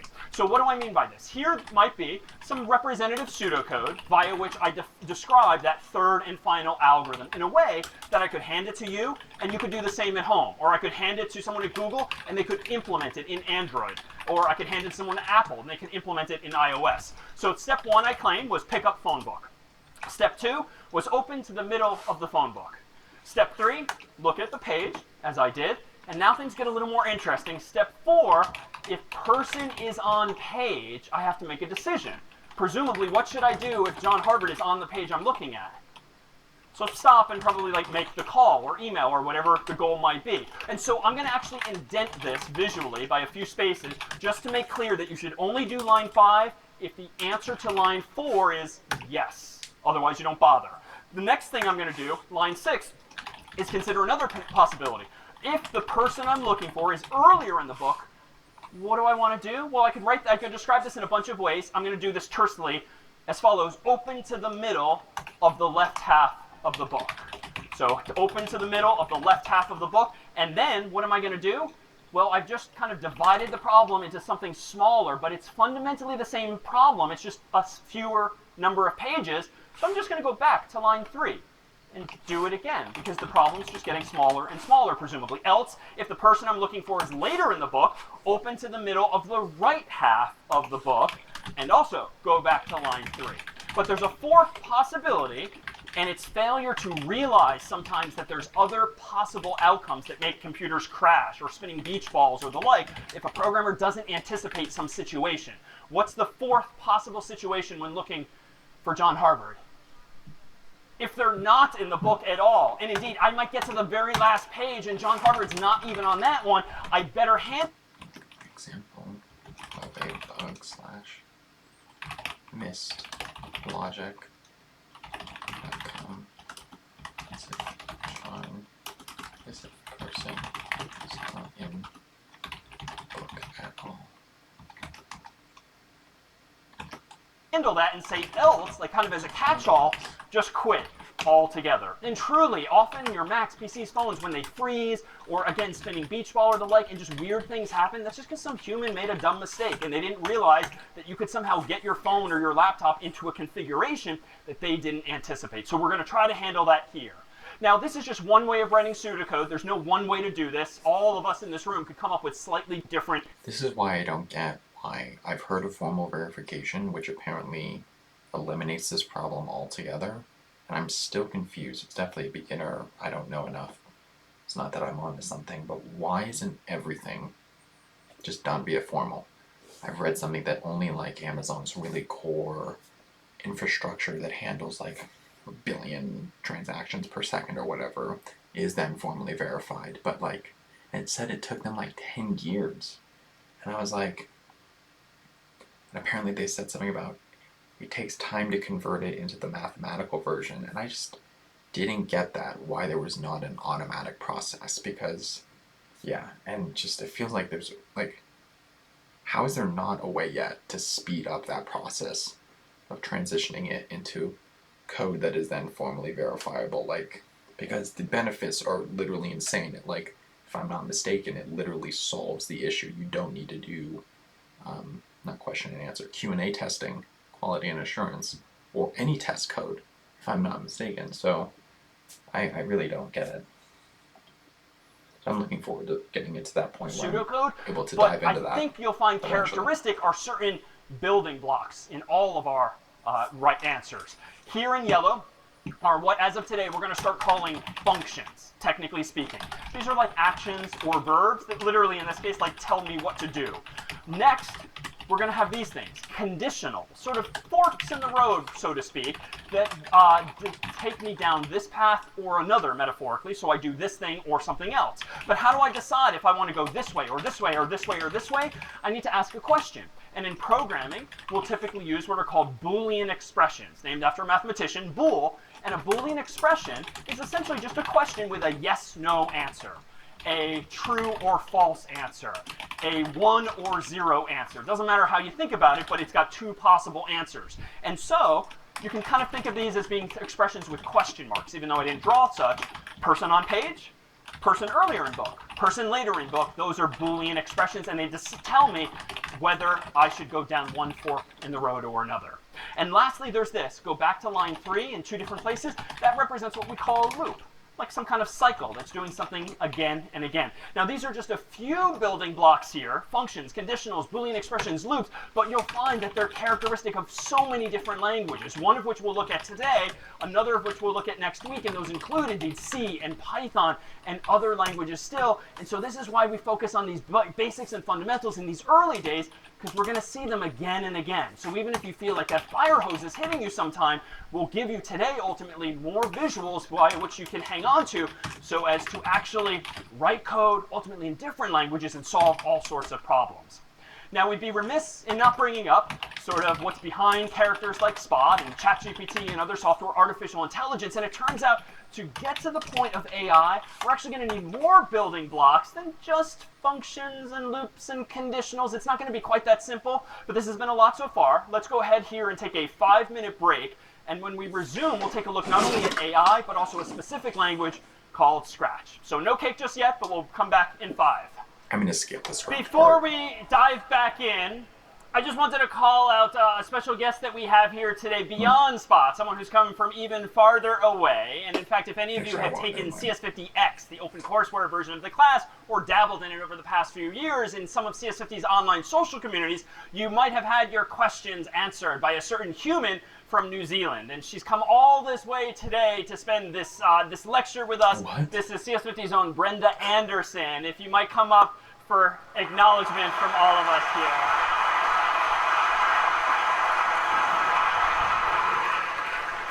It's not much, but just a little token of our thanks. Brenda has helped truly thousands of students online for the past many years, and in fact, her own daughter has been the artist behind the duck that's about to loom large in CS50 this year and beyond. So thank you to Brenda.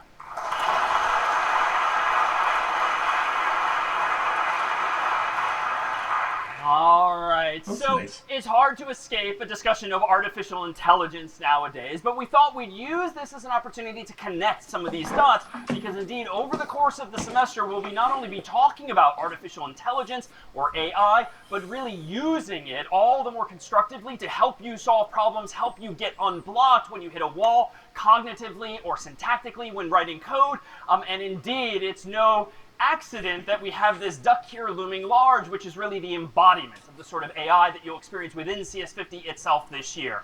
So let's talk about this so-called chatbot that inspired some of those headlines with which we began class that weren't quite on the nose. So the class will still be taught by us humans, but helped by this sort of CS50 duck, a chatbot of sorts. Now, what do I mean by this? Well, it turns out that when it comes to implementing something like an artificial intelligence, we don't quite have all of the building blocks yet, certainly after just today's week 0, to implement something like that, but I think we can sort of skate in that direction intellectually. So for instance, if we were to take a stab at implementing our own chat bot, some interactive text-based program that talks to us and answers questions and the like, we could try borrowing some of today's ideas already, those functions, conditionals, loops, and more, and I could write something like this. If I am writing code or pseudocode for a chatbot, I could program the chatbot to do something like this. If the student says hello to the chatbot, then the chatbot should say hello back.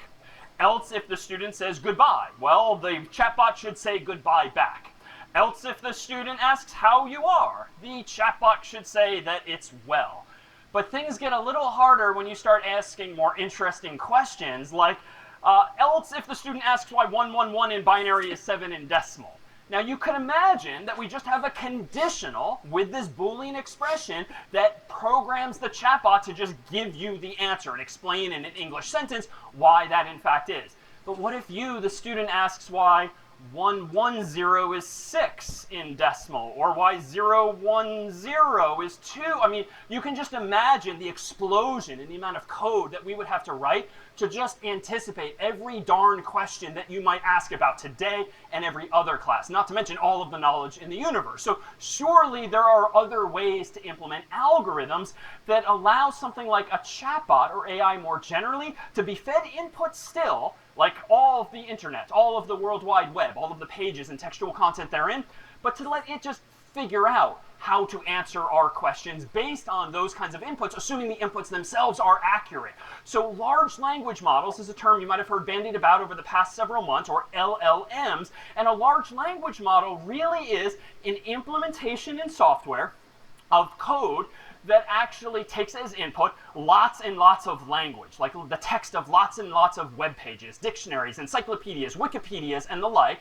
and sort of infers from the patterns of English words or any human language what a typical human might actually say when asked a question. And some of these questions are easy, right? Probably on the internet alone, not to mention everyday life, if someone extends their hand and says, "Hi, how are you?" odds are, like with 90% probability, you're going to say, "Good, thanks, how are you?" So I bet we could write software that just infers what it should say probabilistically, statistically, based on those kinds of patterns online. And that's indeed where the world is starting to go when it comes to the most sophisticated of algorithms, where you and I, the humans, we don't try to anticipate every possible input.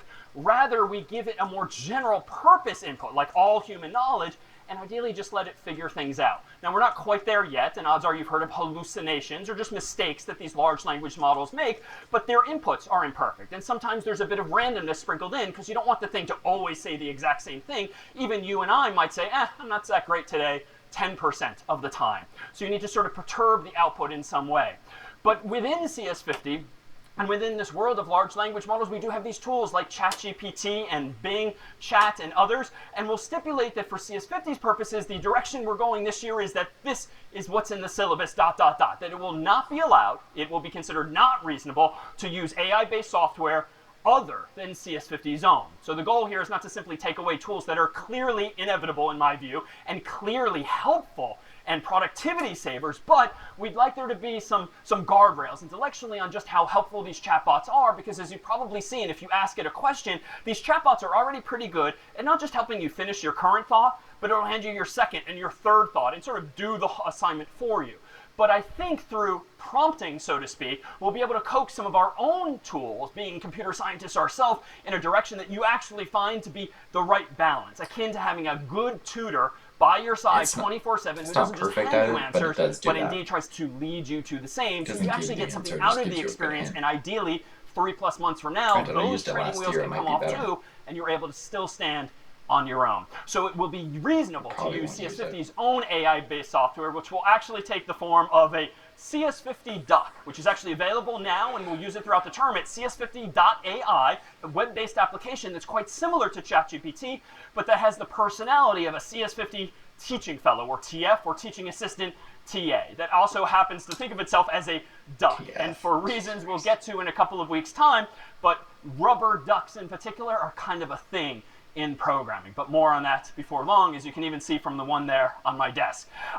With that said too, allow me to call out CS50's own Brenda Anderson, whose daughter Sophie kindly not only created the first incarnation digitally of this duck, but also most recently, once it actually did more than quack a random number of times in response to questions, has now been virtually brought to life too. So all that and more over the coming weeks, but you'll find ultimately that the goal is to really bring to life the availability of an AI-based tutor that you have access to, a friend in your next to you, that will help guide you through a lot of the course's challenges along the way. And we've actually rolled it out this past summer already with some of your predecessors through the Harvard Summer School. One student wrote at summer's end that this duck felt like having a personal tutor.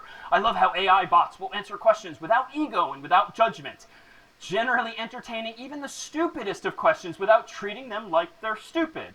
It has, as one could expect, an inhuman level of patience. So there's actually something really there, because as many teachers as there are in CS50, myself, the course's preceptors, teaching fellows, teaching assistants, and course assistants, there's only so many of us, and we're only awake so many hours of the day. And I think you'll find, too, that we're on the cusp of something pretty remarkable in the coming years, where it's going to get a lot more enabling now to learn material not only within the confines of a class, but on your own ultimately as well. And as one other student put it at summer's end with respect to the duck, love, love, love the duck, we're friends now. So that too awaits. But first, we're going to need to start with the basics. And we started today by talking about binary, and darn it, here it is again. So we can't actually get to the point of using or solving or implementing AI until we understand this. And odds are most of you won't know at a glance what this piece of software does, but these are the zeros and ones that represent perhaps the first program that any programmer writes, which is now a clue to some of you who have dabbled in code before. What does this pattern of zeros and ones tell a typical computer to do? Might someone guess? It's going to have it say, hello world, which is one of the very first programs that most any programmer writes. Should you be able to recognize these zeros and ones? Do I recognize these zeros and ones? Like, no, not at all. I just happen to know that they are the same, and that was kind of a leading question. But they are representing data and instructions ultimately. Data like HELLO, comma, WORLD, and an instruction like print that data to the screen. As for what these patterns of zeros and ones are, this is not something that a computer scientist or programmer worries about. We just stipulate that, okay, someone somewhere knows how to do this, and it's probably someone like Intel who makes the hardware inside of the computers. But you and I, starting now, already in week 0, can start to view binary more abstractly. We don't care about the zeros and ones. We only care that you can use zeros and ones to represent more useful quantities like numbers and letters, colors, and more. So this, next week, is going to be the code we actually start writing at a keyboard, and this is that language called C. It's the same language I myself learned years ago when taking CS50, when all we learned at the time was C. But this, too, has some crypticness to it. And if you've never programmed before, you can probably wrap your mind around, okay, I'm guessing the printf prints out the hello world. But what's with the semicolon, the quotes, the \n, the curly braces, the hash include, and all of this stupid syntax? A lot of this in the beginning of any class is really a distraction. It is not intellectually interesting, but it's the stupid kind of stuff that's going to trip you up quite often. And so today what we'll do is focus not on syntax, characters on the keyboard, but ideas. Because what really matters in this program is that printf is a function here for our purposes, and that function is to display information on the screen. Everything else, as we'll soon see, has value and will be understood by you before long, but for now it's a distraction. Let's focus on those building blocks. When it comes time to write code, though, for the curious, especially if you've programmed before, we'll use a very popular free and open source tool called Visual Studio Code, or VS Code. We'll use a cloud-based version of it that we pre-install everything you need in the cloud for you, so you don't have to deal with headaches like getting your Mac or PC to work. You'll use instead this URL, cs50.dev, but more on that in next week, week 1. For now, we'll use another cloud-based editor called Scratch, and odds are some number of you used this probably as early as like middle school or the like, and that was fine to create your own art, animations, games, interactive art, or the like. But we'll use it today for just a bit, and we'll use it in the course's first homework, aka Problem Set 0, to explore now some of these same ideas. And among the goals today, for the remainder of today, is not to focus so much on Scratch and the particulars, because this is not a language that you're going to use often, but to give you very visual representations of ideas, so that when things do escalate next week to C, to the more cryptic, it's the same ideas, just typed out instead of dragged and dropped. So by that I mean this. I'm going to go ahead and share in just a moment the user interface of Scratch. But what's nice about Scratch is that this is how we're going to implement that same program today. These are 2 blocks or puzzle pieces on the screen, and they've been interconnected to tell the computer to say hello world on the screen. The user interface that we're about to use will look generally something like this. It's a web-based editor that you can also download it locally to use offline, and you'll see that on the left here are a whole bunch of puzzle pieces or blocks. They're categorized by color, and the blue ones tend to relate to motion. For instance, the purple ones represent looks, the pink one represents sounds, the yellow one represents events, More on that soon. The orange ones represent control, and then there's operators, variables, my blocks, and even some extensions we can install as well. So it just categorizes things visually and colorfully so that you can sort of find what you're looking for. But we're going to use these puzzle pieces to drag and drop them onto this area here, and we're going to connect them when we want them to do something.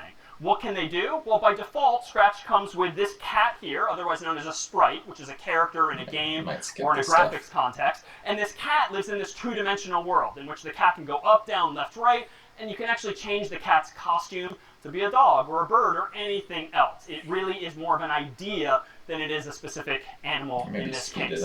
But the world that Scratch lives in looks a little something like this. It's like a Cartesian plane with x coordinates and y coordinates, and the numbers don't so much matter fundamentally, except that when you want the cat or any character to go up, down, left, or right by some amount, it's useful to know, for instance, that 0, 0 is the middle, 0, 0 for x, y. All the way up is a y value of 180. All the way down is negative 180. All the way to the left is negative 240. All the way to the right is 240. And generally, you're not going to have to worry about numbers. You're going to use these relatively, go right, go left, go up or down, but that's just the world that Scratch itself lives in here. So let's go about using Scratch here. I'm going to change over to my cloud-based editor here, where I've gone to scratch.mit.edu, and I've clicked Create in order to create a project. And that gives me this blank canvas here. And I'm going to do these somewhat quickly because I kind of know what I'm looking for, but part of the process with problem set 0 is just going to be clicking and dragging and sort of scrolling around to see what building blocks exist. But I know under events, there's this puzzle piece here, when green flag clicked. Why is that germane? Well, if I zoom out and go back to Scratch's world at the right here, notice that above Scratch's world, there's a green flag, which is going to mean go, and a red stop sign, which of course is going to mean stop. So if I drag this puzzle piece anywhere into the middle, it's just going to plop where I put it. But what that means semantically is when someone clicks that green flag, I want Scratch, the cat, to do this other thing. Well, what do I want it to do? Well, let me go under Looks. And Looks here, in purple, have some puzzle pieces like this. Well, I can say hello for some number of seconds, or I can just go ahead and say hello. So let's do that. I'm going to drag this say block, and notice that as soon as I get close enough, it's going to sort of magnetically want to connect, so I can let go, and they snap together automatically because they're the right shape. I don't have to say hello exclamation point. I can change it to the more canonical hello comma world. So anything in this white oval is editable that you can change as just text there. If I now zoom out, let me go ahead and click the green flag, and voila, this should be my first program in Scratch. Hello world. Without any of the distractions of syntax or weird characters on the screen, it's just done what I want it to do. All right, let me go ahead and click stop there, and let me make it a little more connected to what we've discussed thus far. So this puzzle piece here, say hello world, represents what type of building block using the vocabulary of today? So it's a function. So these purple blocks are functions, say hello world. And let me give you another piece of terminology. These white ovals that take textual input, in general, those are called parameters or arguments, and they customize the behavior of a function. So a parameter or an argument.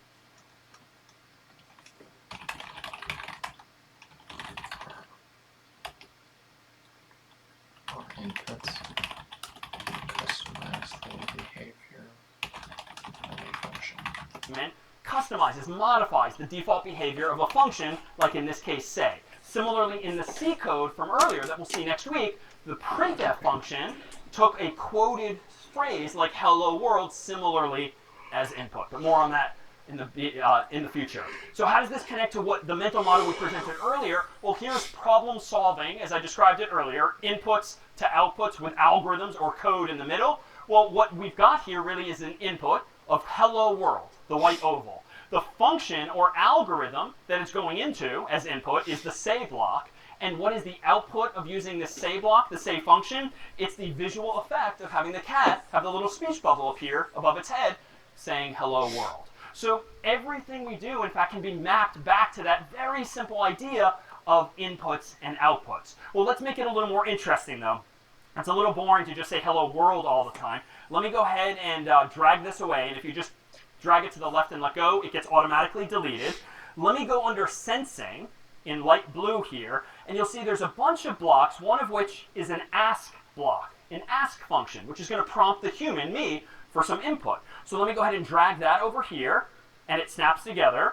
I could change the question, but I'm okay with that question. We'll use what's your name, but notice that this block, ask, is a little special.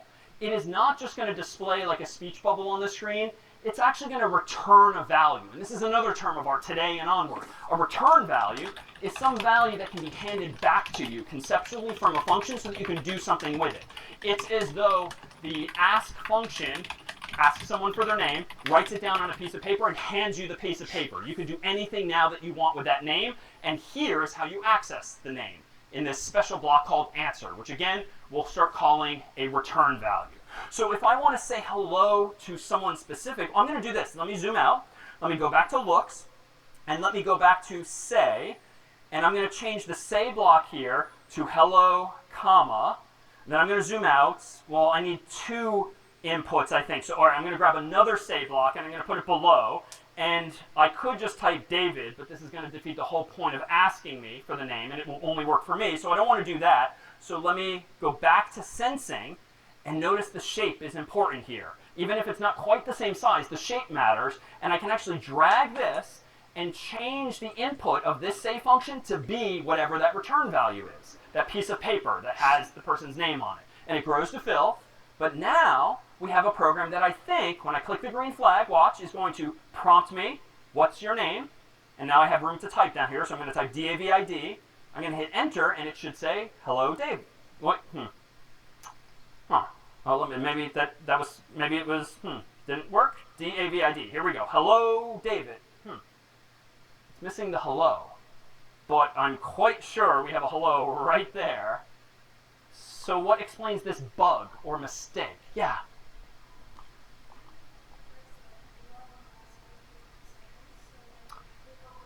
Exactly. It's just, put another way, my Mac, my PC, is just so darn fast that it did exactly what it was supposed to, but it said, hello, David, so fast that we didn't even see, we being the human, the slowest part of the puzzle, see the actual hello. So there's a few different ways to fix this. As you know, we could have it say hello for some number of seconds, so I could kind of do that. So let me do this. I can decouple these by just dragging and letting it go so that they're magnetically far apart. Let me go ahead and drag this one, say hello for 2 seconds. I'm going to change the grammar here to be hello, comma again.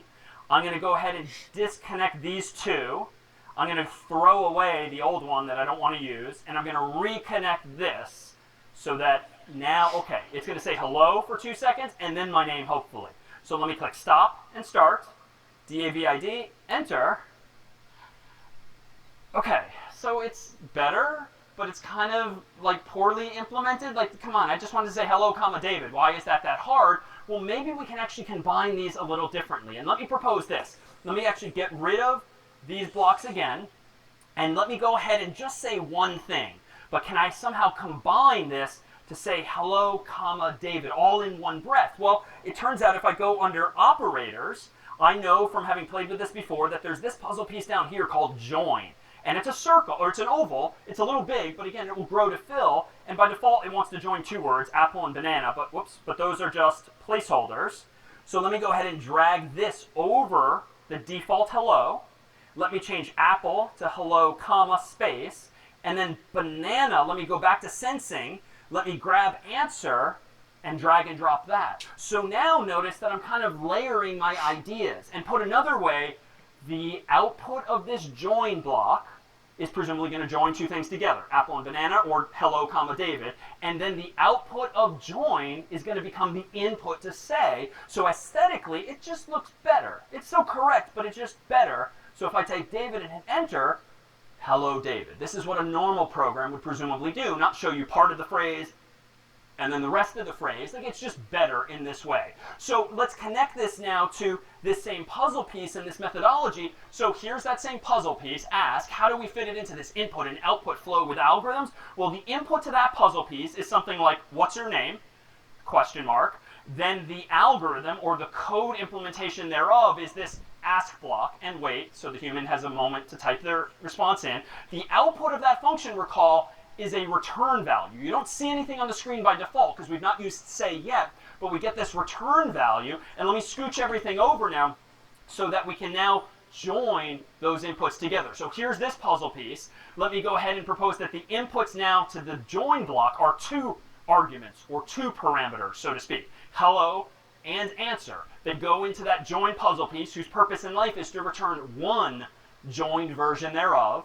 Let me slide this all over logically now so that now that output becomes the input to the say block, and now is why the cat has the speech bubble saying all at once, hello, comma, David. So what we've done here is kind of composed the output and from one function into the input of another. And you can think of this in a couple of different ways, left to right as I did there. We're kind of like stacking these things on top of one another. But at the end of the day, even as programming gets more and more powerful for us, it's just inputs and outputs in.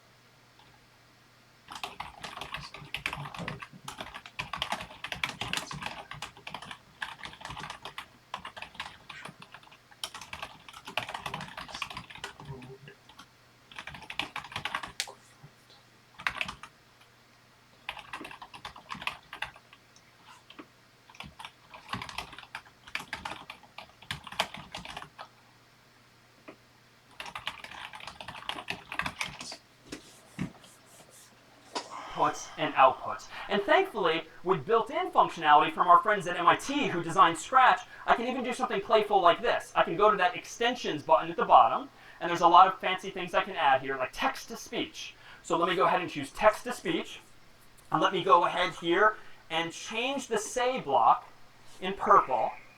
Let me get rid of the say block, and let me borrow this. Let me get the speak block, like this. And now let me drag and drop this oval. It's going to grow to fill, and I think it's just about to be a little more interesting. Let me click play now, and hopefully this isn't too loud. D-A-V-I-D, enter. Hello, David. Okay, thank you. Thank you, that's a low bar. Let me go ahead and set the voice too. And you might now remember how we began class where we had a robotic computerized voice. Well, we didn't use Scratch at the time, but we could change this in Scratch alone to be a little different. So D-A-V-I-D. Hello, David.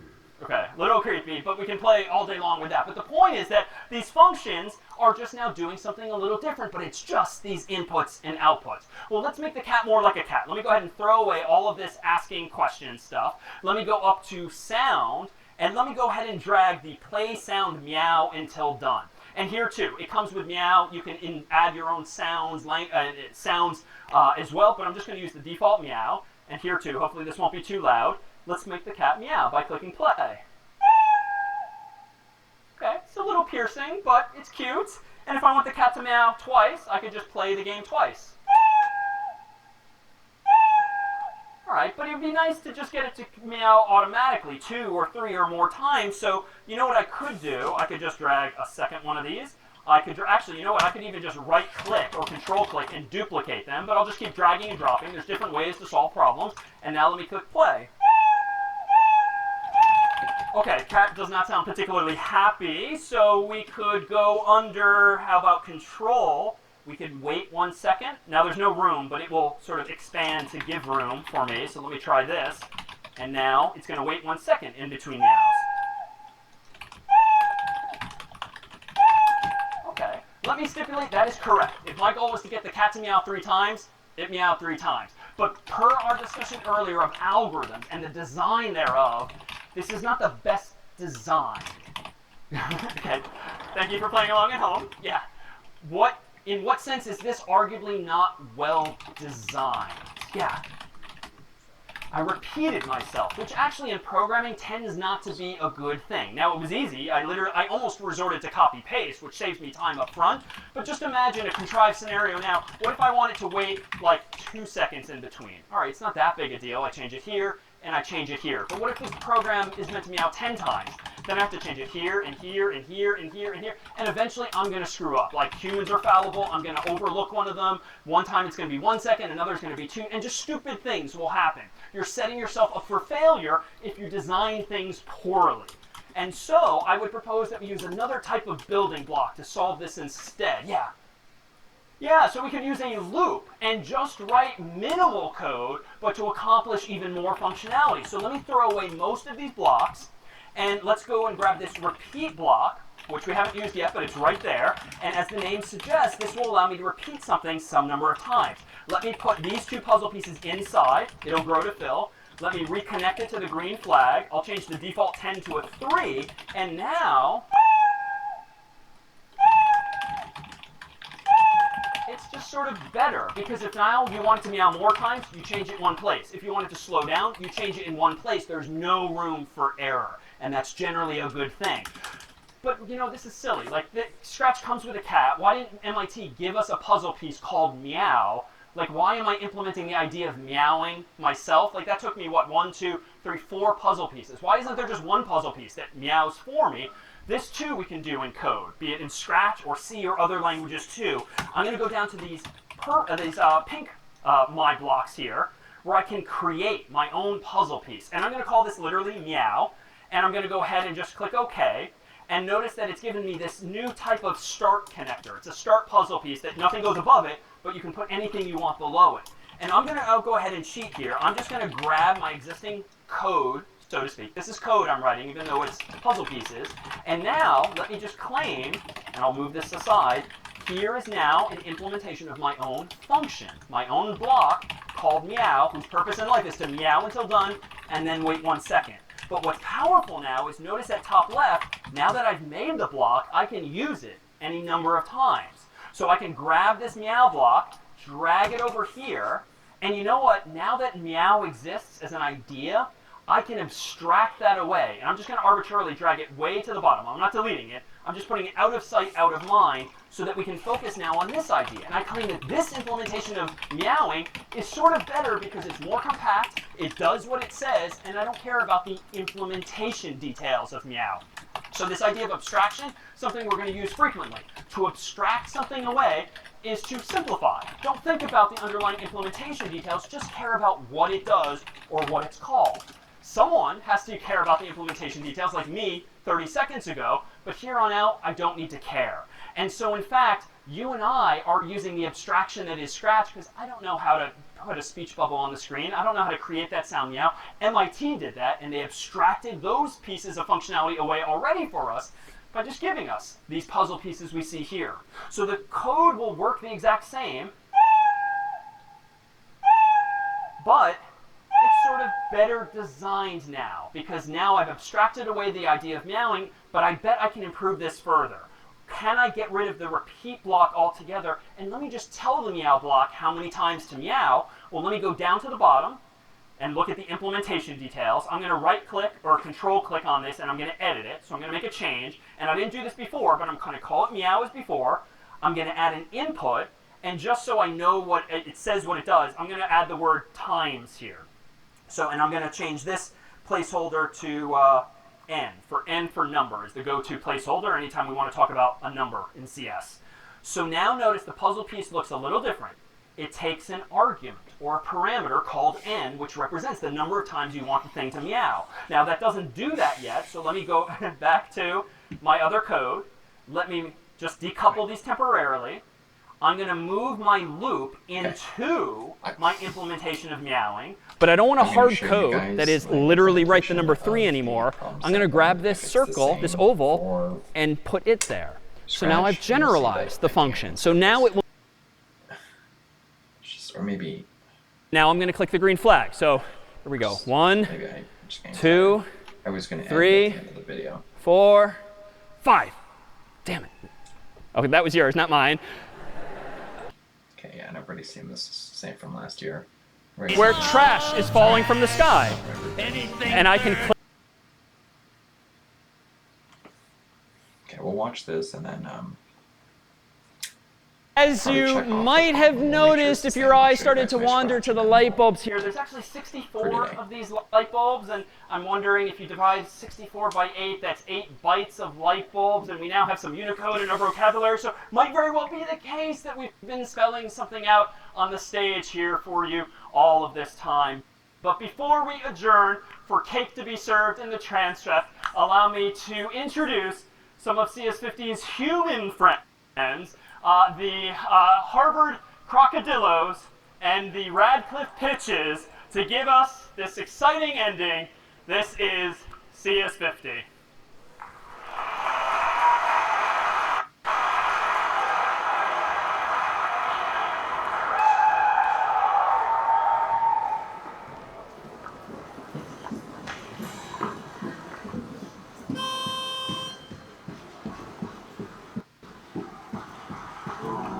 There's a certain someone who I'm indebted to, and since you'll be in CS50, I have this friend for you. 2, 3, 4.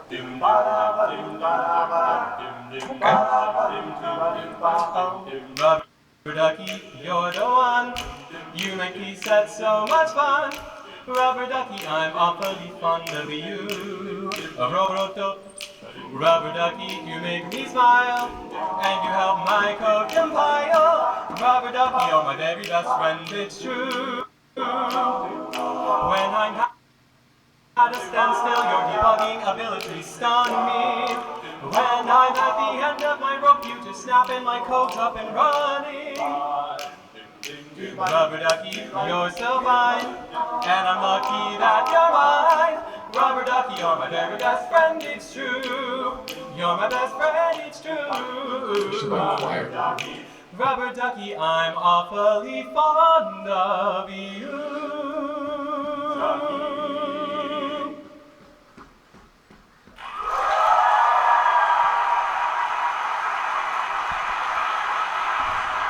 Good afternoon, CS50. We are the Harvard Crocodillos, Harvard's oldest a cappella group, founded way back in 1946 at the historic Casey Pudding Club. We'd love to make a big thank you to CS50 staff and to David Malin for having us perform here at Sanders Theater. And if you enjoy this performance, please come audition for us this weekend at Farkas Hall.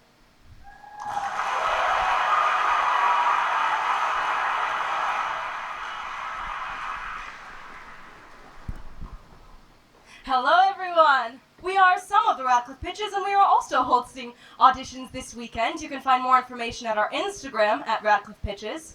Now, let me tell you a little bit about just about a year ago today, when I was sitting in your very seats on my first day of CS50 lecture. And this is just about how I was feeling.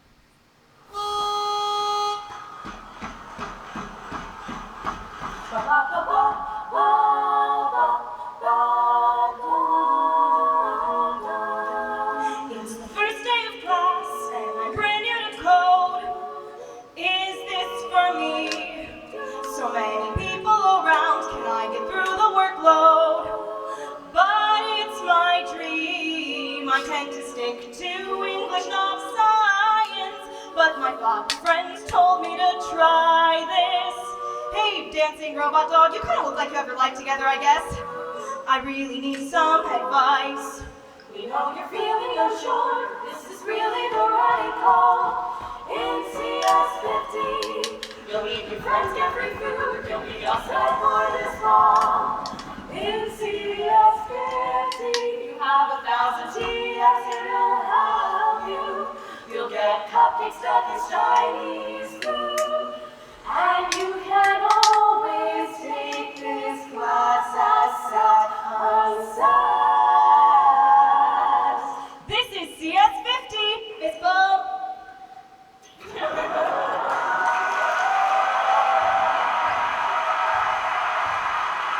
Thank you to the Crocs, thank you to the Pitches. Cake is now served. Come on up to say hi if you'd like, or meet Spot. See you next time.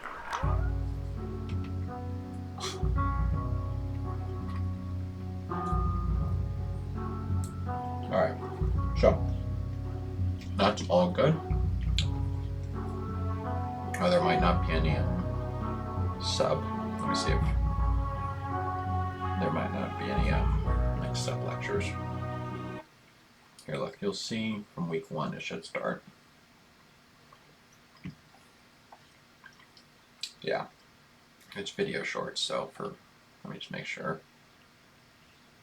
If I go to the official week 0 page. Okay, just the problem set. So I'm pretty sure I can just sign into my old Scratch and you guys will see. So this means that's great. Because I'm done. I wasn't going to be able to do the shorts of week 0 anyway. That's great. We can just start on a new week. Because start. Oh.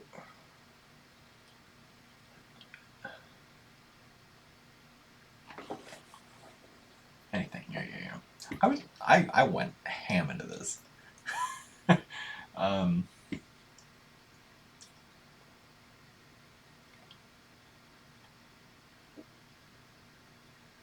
I should be able to sign in.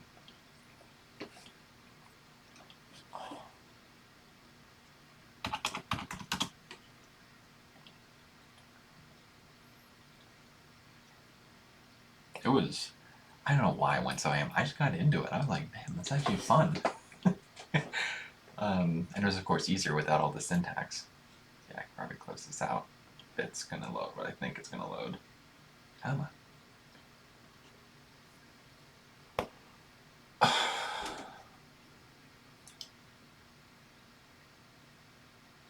Jesus Christ.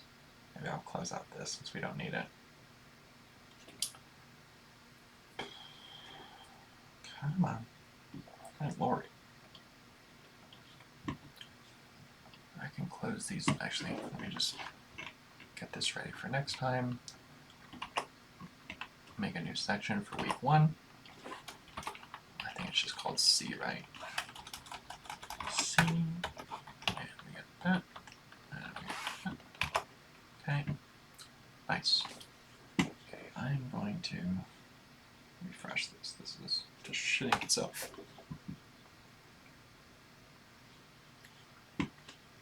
Okay. Come on.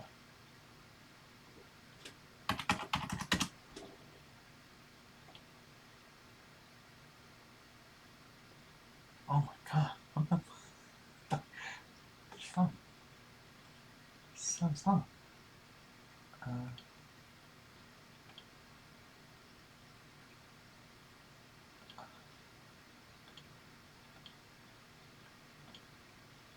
What the? Oh my god! I actually really wanted. It was a good amount of work I put in this. Like it's clearly counting it from the where is that? The add X area. Because I saw it was still green. Okay, great. Maybe it's submitted there. Come on. Come on.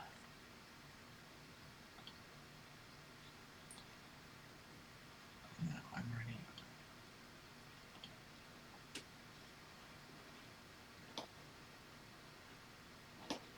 Three-hour video? Not too shabby.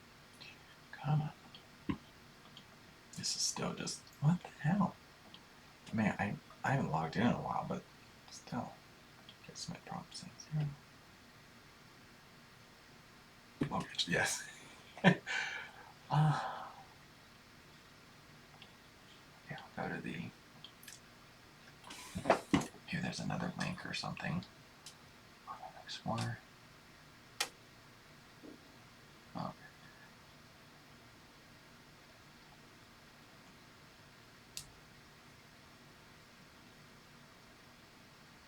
This. Oh, I don't remember doing this. But I think I'm still green from the... Oh, maybe it...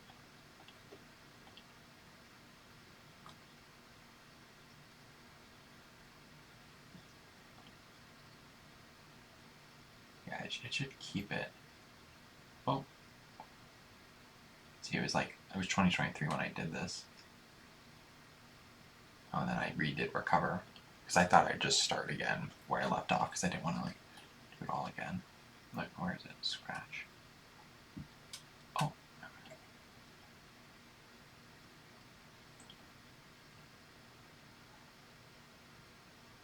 it's not that. Yeah, I did a Cowboy Bebop game, and it was good. Well, it wasn't that good, but come on, oh, it was good. I like had ChatGPT when it was still GPT-3, draw some shitty ass little images, assets for the game, for Jet and the other people, and then I just like recorded this on my laptop and just like made them do like fighting sounds. It was just like Mortal Kombat, but Cowboy Bebop characters. Damn, I really wanted to show you guys. This is cat, bro. Okay, let me just make sure edX still has it as a this submission, but yeah, it seems like I'm not gonna. I'm sorry, guys. Oh, damn.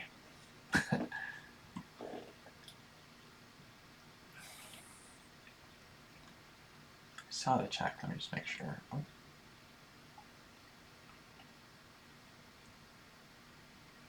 Yeah, I think.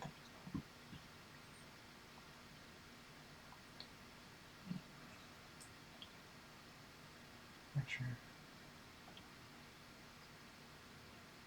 Yeah, just makes sense. Okay. Okay. Thanks for hanging in with me, guys. Again, first video of the CS playlist, so looking forward to keeping this ball going. Okay. Have a nice day, guys.